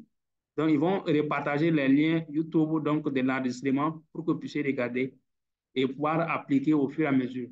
Au cas où j'ai des soucis aussi, on pourrait revenir ensemble. Donc, vous voyez que ce que je viens de faire, oui, Amon? Oui, c'était juste pour apporter d'autres clarifications pour la question là. Oui, Effectivement, ça sera publié sur YouTube, vous pourrez voir. Mais pour ceux qui veulent une attestation, pour ceux qui veulent quelque chose qui montre ils ont fait cette formation-là, ce serait bien de, je sais pas, peut-être Adam peut confirmer s'il est possible de faire un livrable, choisir un truc et puis peuvent livrer quelque chose d'ici le vendredi soir. Et puis, si cela est possible, je sais pas, j'ai pas suivi de façon détaillée tout ce que vous avez fait, mais est-ce qu'il y a quelque chose que tu penses qu'ils peuvent faire et un petit truc qu'ils peuvent livrer d'ici le vendredi soir? ok, bon, on peut trouver juste un petit travail et autres là, pourquoi pas, et puis bon, voilà quoi. On fait et puis Voilà. envoyer comme ça. Voilà. Si vous faites, vous envoyez, même si vous mettez, même si c'est une vidéo que vous voulez faire, vous mettez sur, Ok, qu'on appelle ça, sur Drive. Là, en fait, oui, ceux qui pourront finir ça, le oui, samedi, lors de la clôture, on pourra oui, vous récompenser avec les attestations et puis voilà. Ou vous donner ça plus tard, en tout cas, lorsque ça ok, sera prêt. Maintenant, pour ceux qui, à part maintenant les attestations, ceux mhm, qui n'auront pas en fait eu d'attestation, qui veulent continuer à se former, ça sera en ligne, vous pourront voir. Comme ça, la prochaine fois, s'il y a mhm, d'autres formations, il y aura, et puis ils seront beaucoup plus aguerris, ils pourront avoir l'attestation. Voilà. ok, ok, il n'y a pas de problème. Alors, donc, merci beaucoup, Amon, pour ces précisions. Je peux partager ces fichiers-là, ils ne sont pas assez lourds, je peux les partager avec vous. Bon, la vidéo, on a déjà une des vidéos là qu'on appelait le V1 tout à l'heure. Le V2, malheureusement, il est un peu trop lourd. Je prends ce fichier-là. Quand je regarde sa taille, ouais, c'est 279 mégas. C'est une vidéo assez longue. Mais pour le V1, là, vous pourrez donc avoir ça. Vous avez déjà ça même, je pense. Donc, le modèle entraîné YOLO, on a pris ici le S parce qu'il est beaucoup plus rapide en termes de vidéo. Donc, tout le reste, c'est un fichier. Et puis les trois codes, là, le main, le speed et puis le tracker. Donc, je peux mettre ça rapidement dans le chat pour vous. Vous allez télécharger. Vous créez un autre dossier aussi. Vous pouvez l'appeler comme vous voulez. Vous mettez les mêmes trucs dedans. Et puis, à partir de Visual Code, là, et vous partez l'ouvrir. Donc, quand vous allez vouloir l'ouvrir, c'est qu'on exécute, c'est le main là qu'on exécute. Je vais rapidement expliquer les contours des mains. Et puis, bon, vous allez pouvoir donc profiter de ça pour changer les données aux besoins, comme vous voulez. Donc, je reviens rapidement sur le main et puis on y va pour notre entraînement. Je vais montrer qu'est-ce qui change par rapport à notre travail d'hier. Bon, ça, c'est pour importer les différentes librairies, pour définir les coordonnées. Alors, les RGB et autres, c'est pour pouvoir donc définir les types de codes. Donc, le red, le green et le blue. Ensuite, ça, c'est la vidéo. C'est-à-dire, si vous amenez une nouvelle vidéo là, il faudra venir changer le nom de votre vidéo là pour mettre ici avec son extension. C'est surtout ça qu'il ne faut pas oublier. Le reste, vous n'avez pas besoin de changer. Bon, ça, c'est le code pour pouvoir donc faire le comptage, les abscisses, ainsi de suite. Mais je viens pour ce que vous pouvez modifier. Moi, j'ai écrit les choses là en anglais et puis les coordonnées, vous pourrez les modifier. Par exemple, target going down, c'est pour dire donc ceux qui viennent, la concentration, vous pouvez écrire en français et l'emplacement aussi. Vous pouvez mettre au hasard, quand vous allez lancer la simulation, il va afficher le message. Si ce n'est pas à l'endroit où vous voulez, donc vous pourrez changer, jouer sur les coordonnées là pour que ce soit à votre truc là. Ici, quand on met ce code-là, c'est pour donc, je donne, ça là, c'est sa valeur que ça va afficher. Maintenant, je récupère cette valeur-là qui est dans constante 11 et maintenant, je dis que ça, c'est l'unité que moi, j'écris pour pouvoir ajouter. Donc, ça, c'est là où ça va afficher. Alors, aussi, quand vous allez mettre donc, les couleurs, c'est en lien avec ceux-là. Le fait que j'ai mis, par exemple, les coordonnées 0, 255, 0, ça n'aura pas la même couleur que quand je mets ou un autre cas. Par exemple, ceux-là, je les ai mis en vert. Je vais regarder là où j'ai mis en rouge. Voilà. Par exemple, si on met 0, 0, 255, ça donne là pas la même coloration. Je n'ai pas en tête, mais vous pourrez essayer pour voir ça donne quelle combinaison de couleurs. Donc, c'est les trois éléments, soit 255, 255, 255. Vous allez voir, ça donne quelle couleur. 255, 255, 0, mais 0, 0, 255. Vous mettez des combinaisons, mélangez la position des trois là. Si vous mettez 0, 0, 0 aussi, vous verrez à quoi ça correspond. Donc, ça vous permet donc d'avoir les couleurs. Vous avez vu, quand j'ai lancé tout à l'heure, les écritures n'ont pas la même coloration. Donc, en fonction de ça, le trait aussi, vous pouvez choisir là où vous voulez tracer le trait là, pour pouvoir donc définir à quel niveau vous trace le trait, ainsi de suite. Voilà quoi. Donc, je vais partager ce cours-là avec vous. Vous pourrez continuer là-dessus pour qu'on puisse rapidement, il y a quelques 7 minutes, on revient sur notre entraînement, j'explique et je vais partager le dataset avec vous. S'il n'y a pas de questions, donc rapidement, je prends les fichiers là, je vais les mettre dans le chat au fur et à mesure. Ce n'est pas lourd, donc vous pourrez télécharger et puis après, vous allez le récupérer pour mettre dans un dossier quelque part. Le main, ils ne sont pas lourds, c'est juste des fichiers simplement. Bon, la vidéo, bon, je vais mettre le modèle pré-entraîné aussi, le S. Je vous avais déjà envoyé le C là qu'on a utilisé là-bas. Mais si vous voulez, comme c'est des séquences vidéo, là, c'est mieux de mettre le S. Ça permet donc plus de rapidité. Vous les rassemblez dans un dossier que vous allez appeler quelque part, quelque chose.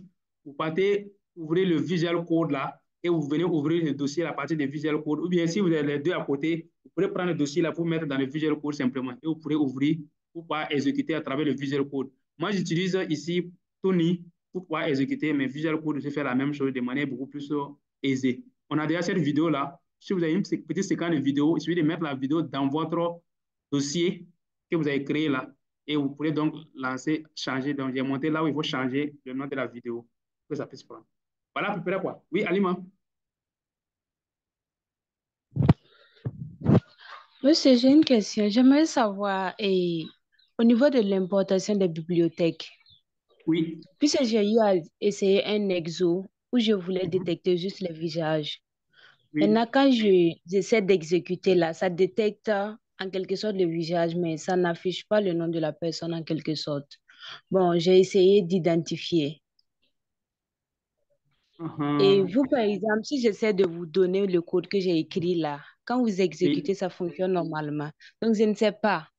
C'est la configuration le OK. problème ou bien c'est les bibliothèques. OK. Bon, peut-être si j'ai le code, je peux voir à l'intérieur pour voir où se situe le problème et ainsi de suite ou autre là. Voilà. Vous pouvez m'envoyer soit par mail ou quelque chose comme ça. Là, je vais pouvoir prendre le code pour pouvoir essayer. J'ai mon numéro WhatsApp dans le groupe aussi. On peut échanger et puis partager pour voir à quel niveau se situe. Donc, D'accord, je vous enverrai par mail après. OK, il n'y a pas de problème. OK. Merci. Alors, mon mail institutionnel, donc, comme ça, notamment, .koulibaly@esp.sn. C'est l'adresse mail sur laquelle je travaille. Alors, donc, on y va. rapidement pour notre entraînement. On ne pourra pas, malheureusement, le temps est trop court pour qu'on puisse finir. Mais ce qu'il faut qu'on retienne, on va revenir à... Je vais partager peut-être le YouTube avec vous pour vous expliquer de ce qu'on a fait hier jusqu'à aujourd'hui, là, qu'est-ce qui change. Là aussi, je vais... Et puis, vous allez télécharger pour vous et vous allez essayer donc de l'ouvrir dans votre Google Colab. Voilà. Je pense que vous avez déjà téléchargé ou pas, mais il doit être là quelque part. Je viens dans le téléchargement rapidement. Je vois s'il est là. Voilà, c'est là. Donc, je vais prendre ça. Vous pourrez l'ouvrir dans votre collab ou bien copier les codes là. Je mets ça dans le chat aussi pour vous. On ne pourra pas finir malheureusement parce que l'entraînement aussi prend un petit temps. Mais je vais expliquer à quel niveau se trouve la différence de ce qu'on a fait. Alors, Lionel demandait hier si effectivement on ne pouvait pas mettre notre drive à profit pour pouvoir donc gagner en stockage des données et autres là. Exactement, c'est ce qu'on a fait ici. Donc, on a vu ce code. Si on le fait, c'est juste pour pouvoir donc vérifier la disponibilité donc, de notre GPU et la taille, les caractéristiques. Maintenant, ici, on veut donc importer les données à partir de notre drive. Donc, on met du Google d'importer. Et quand vous allez lancer cette commande, exécuter ça, il va vous demander de valider. Donc, il faut valider à partir, donc, par exemple, je vais essayer de voir si ça me permet rapidement.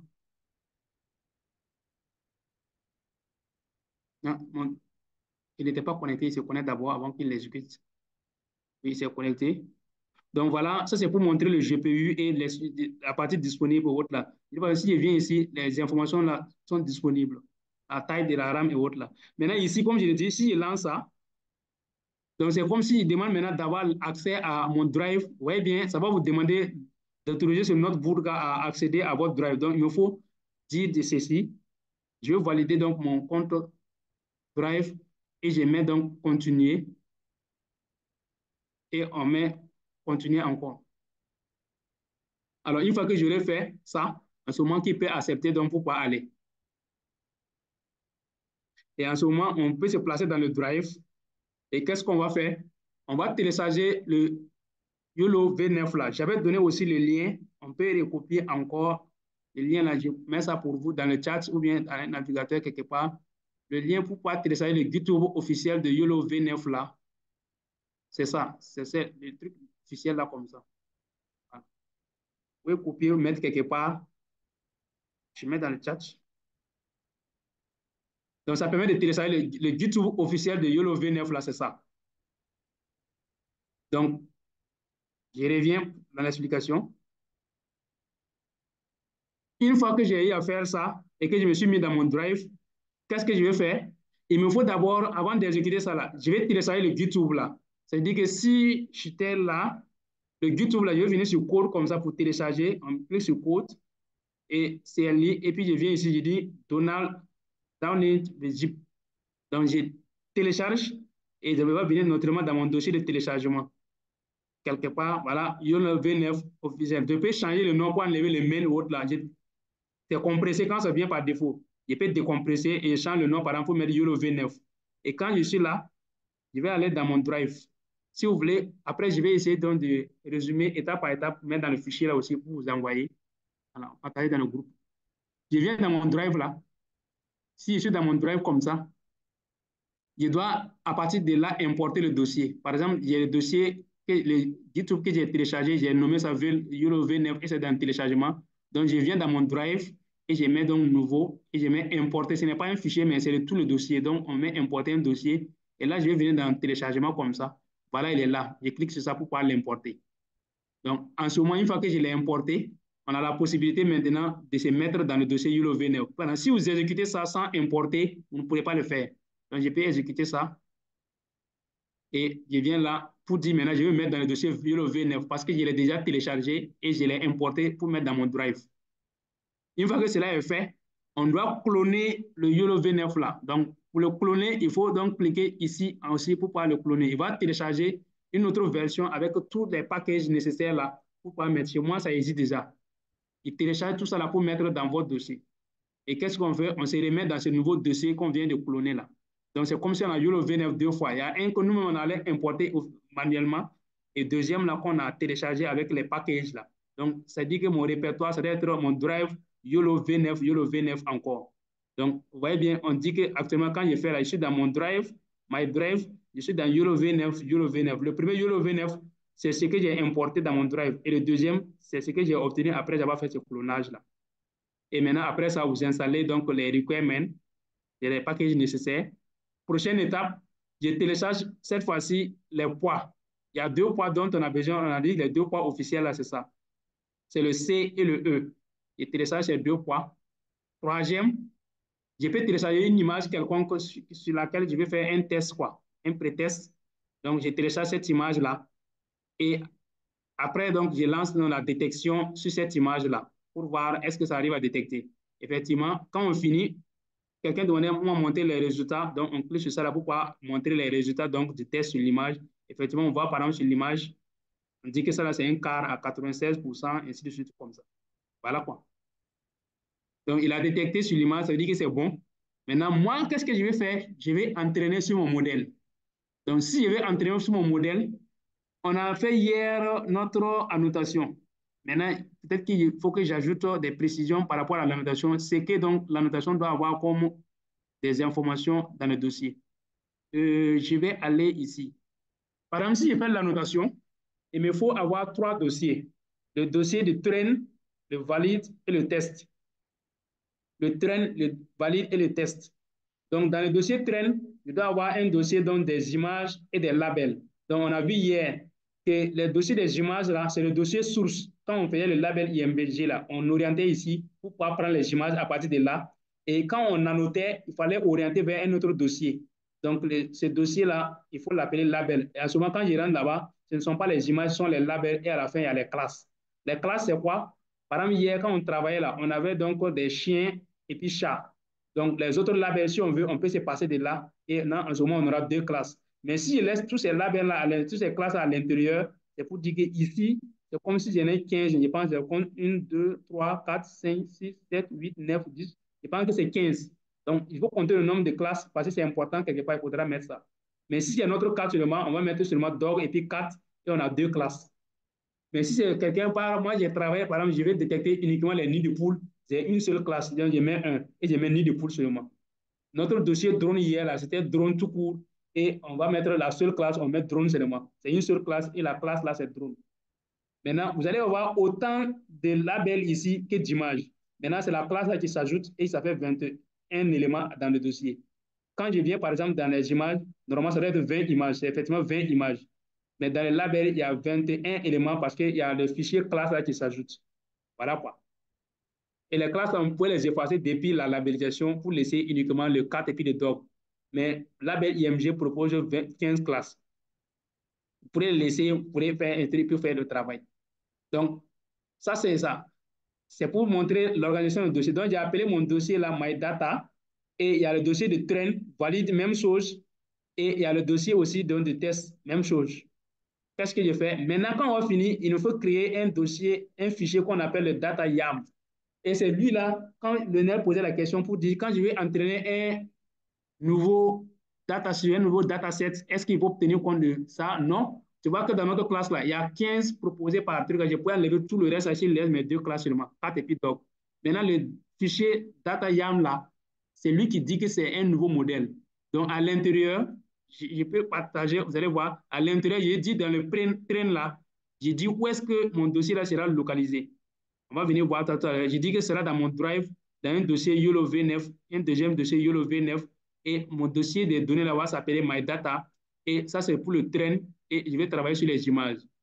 Quand c'est le val, ça va faire la même chose. Maintenant, au lieu de train, ça devient validation. Ici, pour le test, on met test maintenant. Et après, je mets le nombre de classes. Quand j'ai compté tout à l'heure, ça fait 15 classes. Donc, je mets le nombre de classes, ça fait 15. Et les noms des classes, je les mets. Mais si c'était dans notre cas hier, on va mettre deux classes et on met seulement dog et puis 4.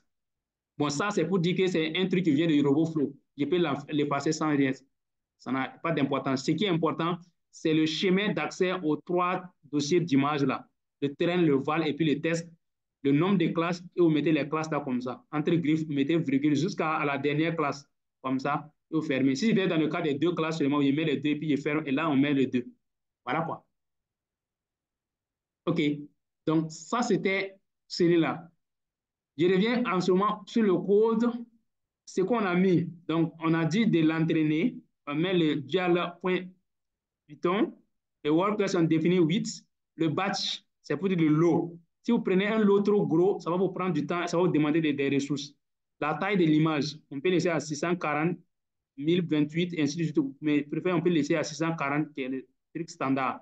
Le nombre de poches, j'ai dit que c'est le temps que ça va prendre pour pouvoir donc épuiser l'ensemble de vos données. Il va exécuter ça le nombre de fois. Si vous mettez 25, il va parcourir l'ensemble de vos données là 25 fois avant de passer donc à une prochaine fois. Et donc, si c'est trop, naturellement, il y a un compromis entre la précision et puis le gain des ressources. Si vous mettez trop petit aussi, bon, la précision sera moindre.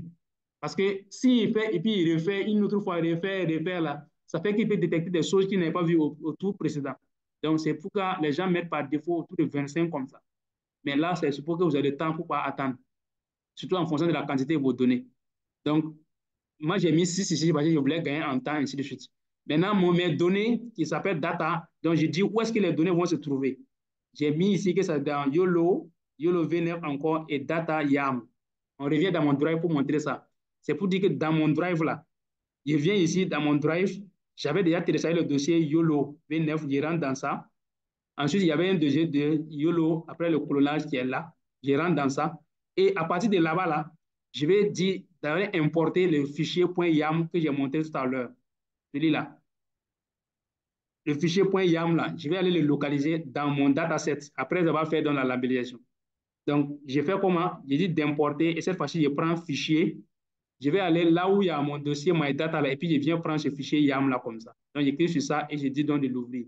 Donc, le drive va importer ça pour amener. Ça, c'était là. On finit avec les données. On vient maintenant avec les poids. Donc, les poids, quand on les a déjà téléchargés, là, ils sont directement dans le répertoire YOLO V9. Je peux venir tout à l'heure. Si je suis dans le dossier, mon drive, YOLO une première fois, YOLO une deuxième fois, je fouille, il doit trouver normalement les différents poids qui sont les deux qu'on a téléchargés. Voilà ça, le C et puis le E. Ils sont dans mon drive. Après les poids, on vient au device. Bon, j'ai dit que quand c'est le GPU, là, on met par défaut 0. Hier, là, ça me refusait parce que j'ai travaillé longtemps là-dessus. Et dans la configuration, on veut maintenant, pour performer, il nous faut faire donc, c'est la dernière chose à changer, c'est le costume. Je reviens par exemple ici. Quand vous allez venir dans le dossier YOLO, là, par défaut, il y a un dossier qui s'appelle modèle. Je clique sur le dossier modèle pour ouvrir. Il va y avoir un dossier qui s'appelle detect. Je l'ouvre. Et normalement, il y a les différents fichiers YAM là qui sont là. Donc, comme nous, on travaille avec YOLO V9, par défaut, il n'y a pas ce fichier-là, mais il y a YOLO V9 simplement .yam. Donc, je peux prendre ça et le copier et je vais renommer comme ça. Donc, il y a le YOLO.yam. Si je viens par là, je peux décider de faire comme ça et je dis de le copier. Donc, faire une copie. Voilà, comme ça, je fais de faire une copie. Et la copie là est là. Je peux dire donc de renommer la copie. Et quand c'est un renommement là, que je vais l'appeler YOLO-8 costume.yam. Et donc, si je fais cela, c'est ce fichier-là qu'on a ajouté ici. Voilà. Le costume.yam.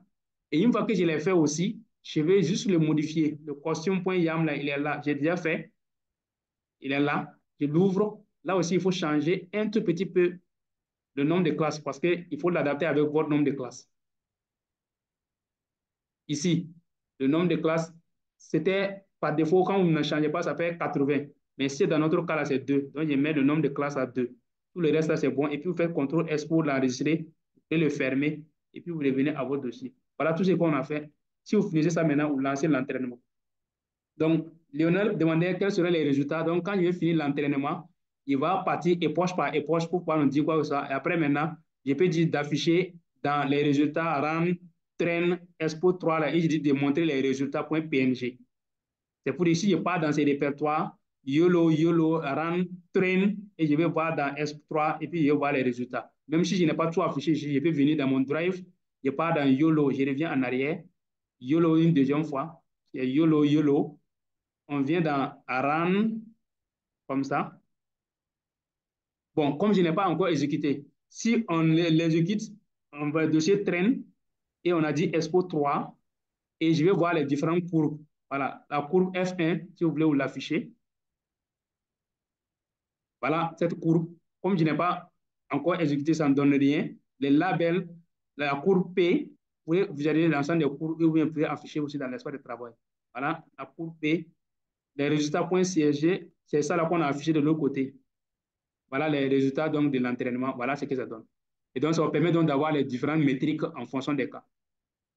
0,5, 0,95, ainsi de suite. Autre, là. Donc, la précision et toutes ces données sont trouvées à partir de là. Si je prends le dossier BAT, voilà, il dit ce qu'il a trouvé avec 0%, ainsi de suite. Donc, avec les seuils de confiance. Voilà comment on fait. Donc, on a partagé le GitHub avec vous. Il faudra aller étape par étape. Je vais essayer de résumer aussi dans le fichier Word pour pas vous envoyer, ou bien un fichier texte, je vous envoie. Vous allez suivre ça lettre par lettre. S'il y a des questions, comme le temps nous a pris.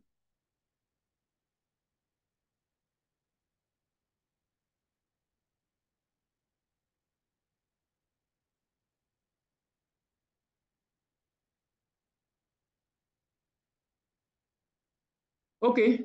S'il n'y a pas de questions, donc on a partagé l'ensemble des ressources. C'est d'arriver à, comme on a proposé hier là, vous remplissez donc les conditions de votre labellisation.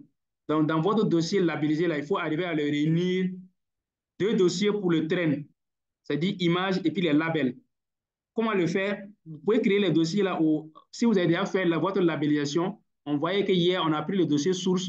Dans ce dossier source là, où vous avez pris les images là, on met ça, on appelle ça image. Le dossier où on a orienté les labels là, après la labellisation là, on appelle ça label. Donc, ça, c'est pour le train. Pour le valide, vous faites la même chose. Le dossier source, c'est image et le dossier de destination, c'est label. Donc, d'office, par exemple, si je n'ai pas fait la labellisation, quand je viens ici, il n'y a rien. Mais une fois que j'ai fait la labellisation, le nombre d'images ici va avoir le nombre de labels de l'autre côté. Et on ajoute le fichier classe là. Donc, c'est ce que vous devez faire. Et à la fin, vous-même créez ce fichier-là. Vous pouvez prendre un exemple de fichier .yam simplement et vous faites. Mais comme je vais partager ça avec vous, vous allez pouvoir le prendre et puis modifier à n'importe quel moment. Concernant l'exercice à faire là, pour recevoir, ça sera donné pour quand? Bon, puisque la cible, c'est vous. Je ne sais pas qu'est-ce que. Peut-être qu'il faut qu'on donne immédiatement ici, ou qu'est-ce que. Même si je n'avais pas L'exercice à préparé. faire là pour recevoir l'attestation à donner pour sera donné si vous décidez de quelque chose ce soir, Oui, euh, le vendredi soir, ils doivent avoir envoyé quelque voilà. chose. Oui. Pour que le samedi, c'est la clôture. Pour que Mhm. dès que vous avez envoyé et qu'on vous dit OK, OK. en fait, si vous avez envoyé seulement, vous pouvez Mhm. venir le jour de la clôture là. Pour, J'envoie dans le groupe WhatsApp alors. voilà, s'ils envoient dans le groupe WhatsApp, ou bien, bon, je suis sûr que si c'est lui, ils vont mettre dans un drive, puis ils envoient le lien. Voilà, Mhm. là, on pourra voir. Voilà. Voilà, voilà. OK, il n'y a pas de problème. Maintenant, ça n'a pas à être parfait, hein. C'est juste pour Mhm. bon, je suppose que certains sont en train d'apprendre des trucs comme ça. Voilà, bon, le temps étant limite, pour les Voilà, et puis le temps résultats, est tout limite. ça. On veut juste s'assurer que vous avez fait quelque chose, vous avez Voilà, essayé quelque chose. c'est Voilà, et ça. puis vous avez fait un petit truc qui marche, même si ça Voilà. ne, c'est pas parfait. Voilà, juste ça, et puis c'est bon. OK. Parce qu'il y a combien? Je pense qu'il y a plus de 100 et quelques. Et puis, je vois qu'ici, il y a 7. Bon, on ne va pas donner attestation à tout le monde. Ça, c'est sûr, c'est très sûr. Ouais, c'est ça. Donc, au moins, ça, ceux qui ont vraiment été assidus, ils pourront OK. avoir une attestation. Et puis, bon, il n'y a OK. que 7 qui sont là. Bon, même pas 7, disons, c'est 5. OK. Donc, c'est même pas tout le monde qui aura une information. Voilà. Donc, Bon, comme on a c'est ça. des trucs enregistrés aussi, on pourra voir ceux qui étaient assidus et autres là Voilà. aussi. Maintenant, le reste, comme je dis, le reste, bon, ceux qui veulent continuer, ils pourront continuer à Voilà. apprendre, Avec, quoi. c'est un truc libre, il y a tellement de tutos disponibles. Vous pouvez prendre votre temps seulement suivre et ça passe. Voilà, voilà. Mhm. Voilà. Et comme je disais, on va essayer, peut-être avec cette formation, c'était la première fois. On va Oui. essayer peut-être la prochaine fois de peut-être rendre ça plus précis ou Mhm. bien rendre ça, permettre aux gens de faire d'abord une formation préliminaire, genre Python, avant Voilà. maintenant de voir un truc comme ça. Là, au moins, c'est Mhm. bon, il vient pas et puis c'est bleu, donc voilà. Voilà, bon. Donc, ça permet OK. d'apprendre pour les prochaines fois, quoi. OK, il n'y a pas de problème. Voilà. OK. Donc, dès demain, je peux envoyer quelque chose qu'on met dans le groupe et puis bon, partager le lien, les gens vont y accéder. C'est juste Voilà, un truc que vérifier ce que vous avez pu comprendre. Voilà quoi. c'est ça, c'est ça. Voilà, ok. Ok. Donc, on va s'arrêter là. Donc, j'ai déjà Ouais. partagé presque toutes les leçons. Je vais faire aussi le compile de ça là pour pouvoir vous envoyer. C'est surtout ça. Mhm. Arriver à partir de ton propre dataset, arriver à faire le train et puis parvenir donc à des résultats. Mhm. OK. Voilà. Et ceux qui sont là et qui, quand ils partagent, je suis sûr qu'il y a des gens peut-être qui vont poser des questions dans le groupe et tout ça. Mm. Ceux qui connaissent, ceux qui ont les réponses peuvent aussi, voilà, aider à répondre aux questions, quoi. OK, Voilà. OK. C'est que, voilà, pour ne pas surcharger le format, parce que s'il y a deux, trois personnes qui commencent à poser des questions, voilà, ça sera pas simple à résoudre, je pense. Ouais. OK. Voilà. Mm. Voilà. Donc, ben, c'est la dernière journée de formation. Donc, vraiment, je sais pas ce qu'on va dire à Adama, mais Adama, on va l'attraper après et puis on va lui faire un traitement spécial. Mais en tout cas, merci beaucoup. Euh, Tu as dû remarquer que il y a beaucoup de conférences qui ont mentionné YOLO, YOLO, YOLO. Donc, c'était même la conférence de ce matin Oui. avec l'espace là, il a mentionné YOLO, la sécurité, on a mentionné YOLO, la santé, tout partout, on a mentionné YOLO. Donc, je Oui. pense que c'est très important. Les drones aussi, la dernière fois, voilà. Donc, merci. Et puis, voilà. Et puis, voilà. On espère on t'aura pour les prochaines fois pour d'autres formations. Et voilà. En attendant, merci aussi à ceux qui ont fait l'effort. Et on se retrouve demain pour la suite voilà, pour vos différents, disons, votre exercice homework pour à livrer. Voilà, ça c'est, Adama va vous donner ça, le formateur va vous donner ça d'ici là. OK. Voilà. Merci bien à tous. OK. Merci. Excellente soirée. Mm. Voilà, bonne soirée. Merci. Merci.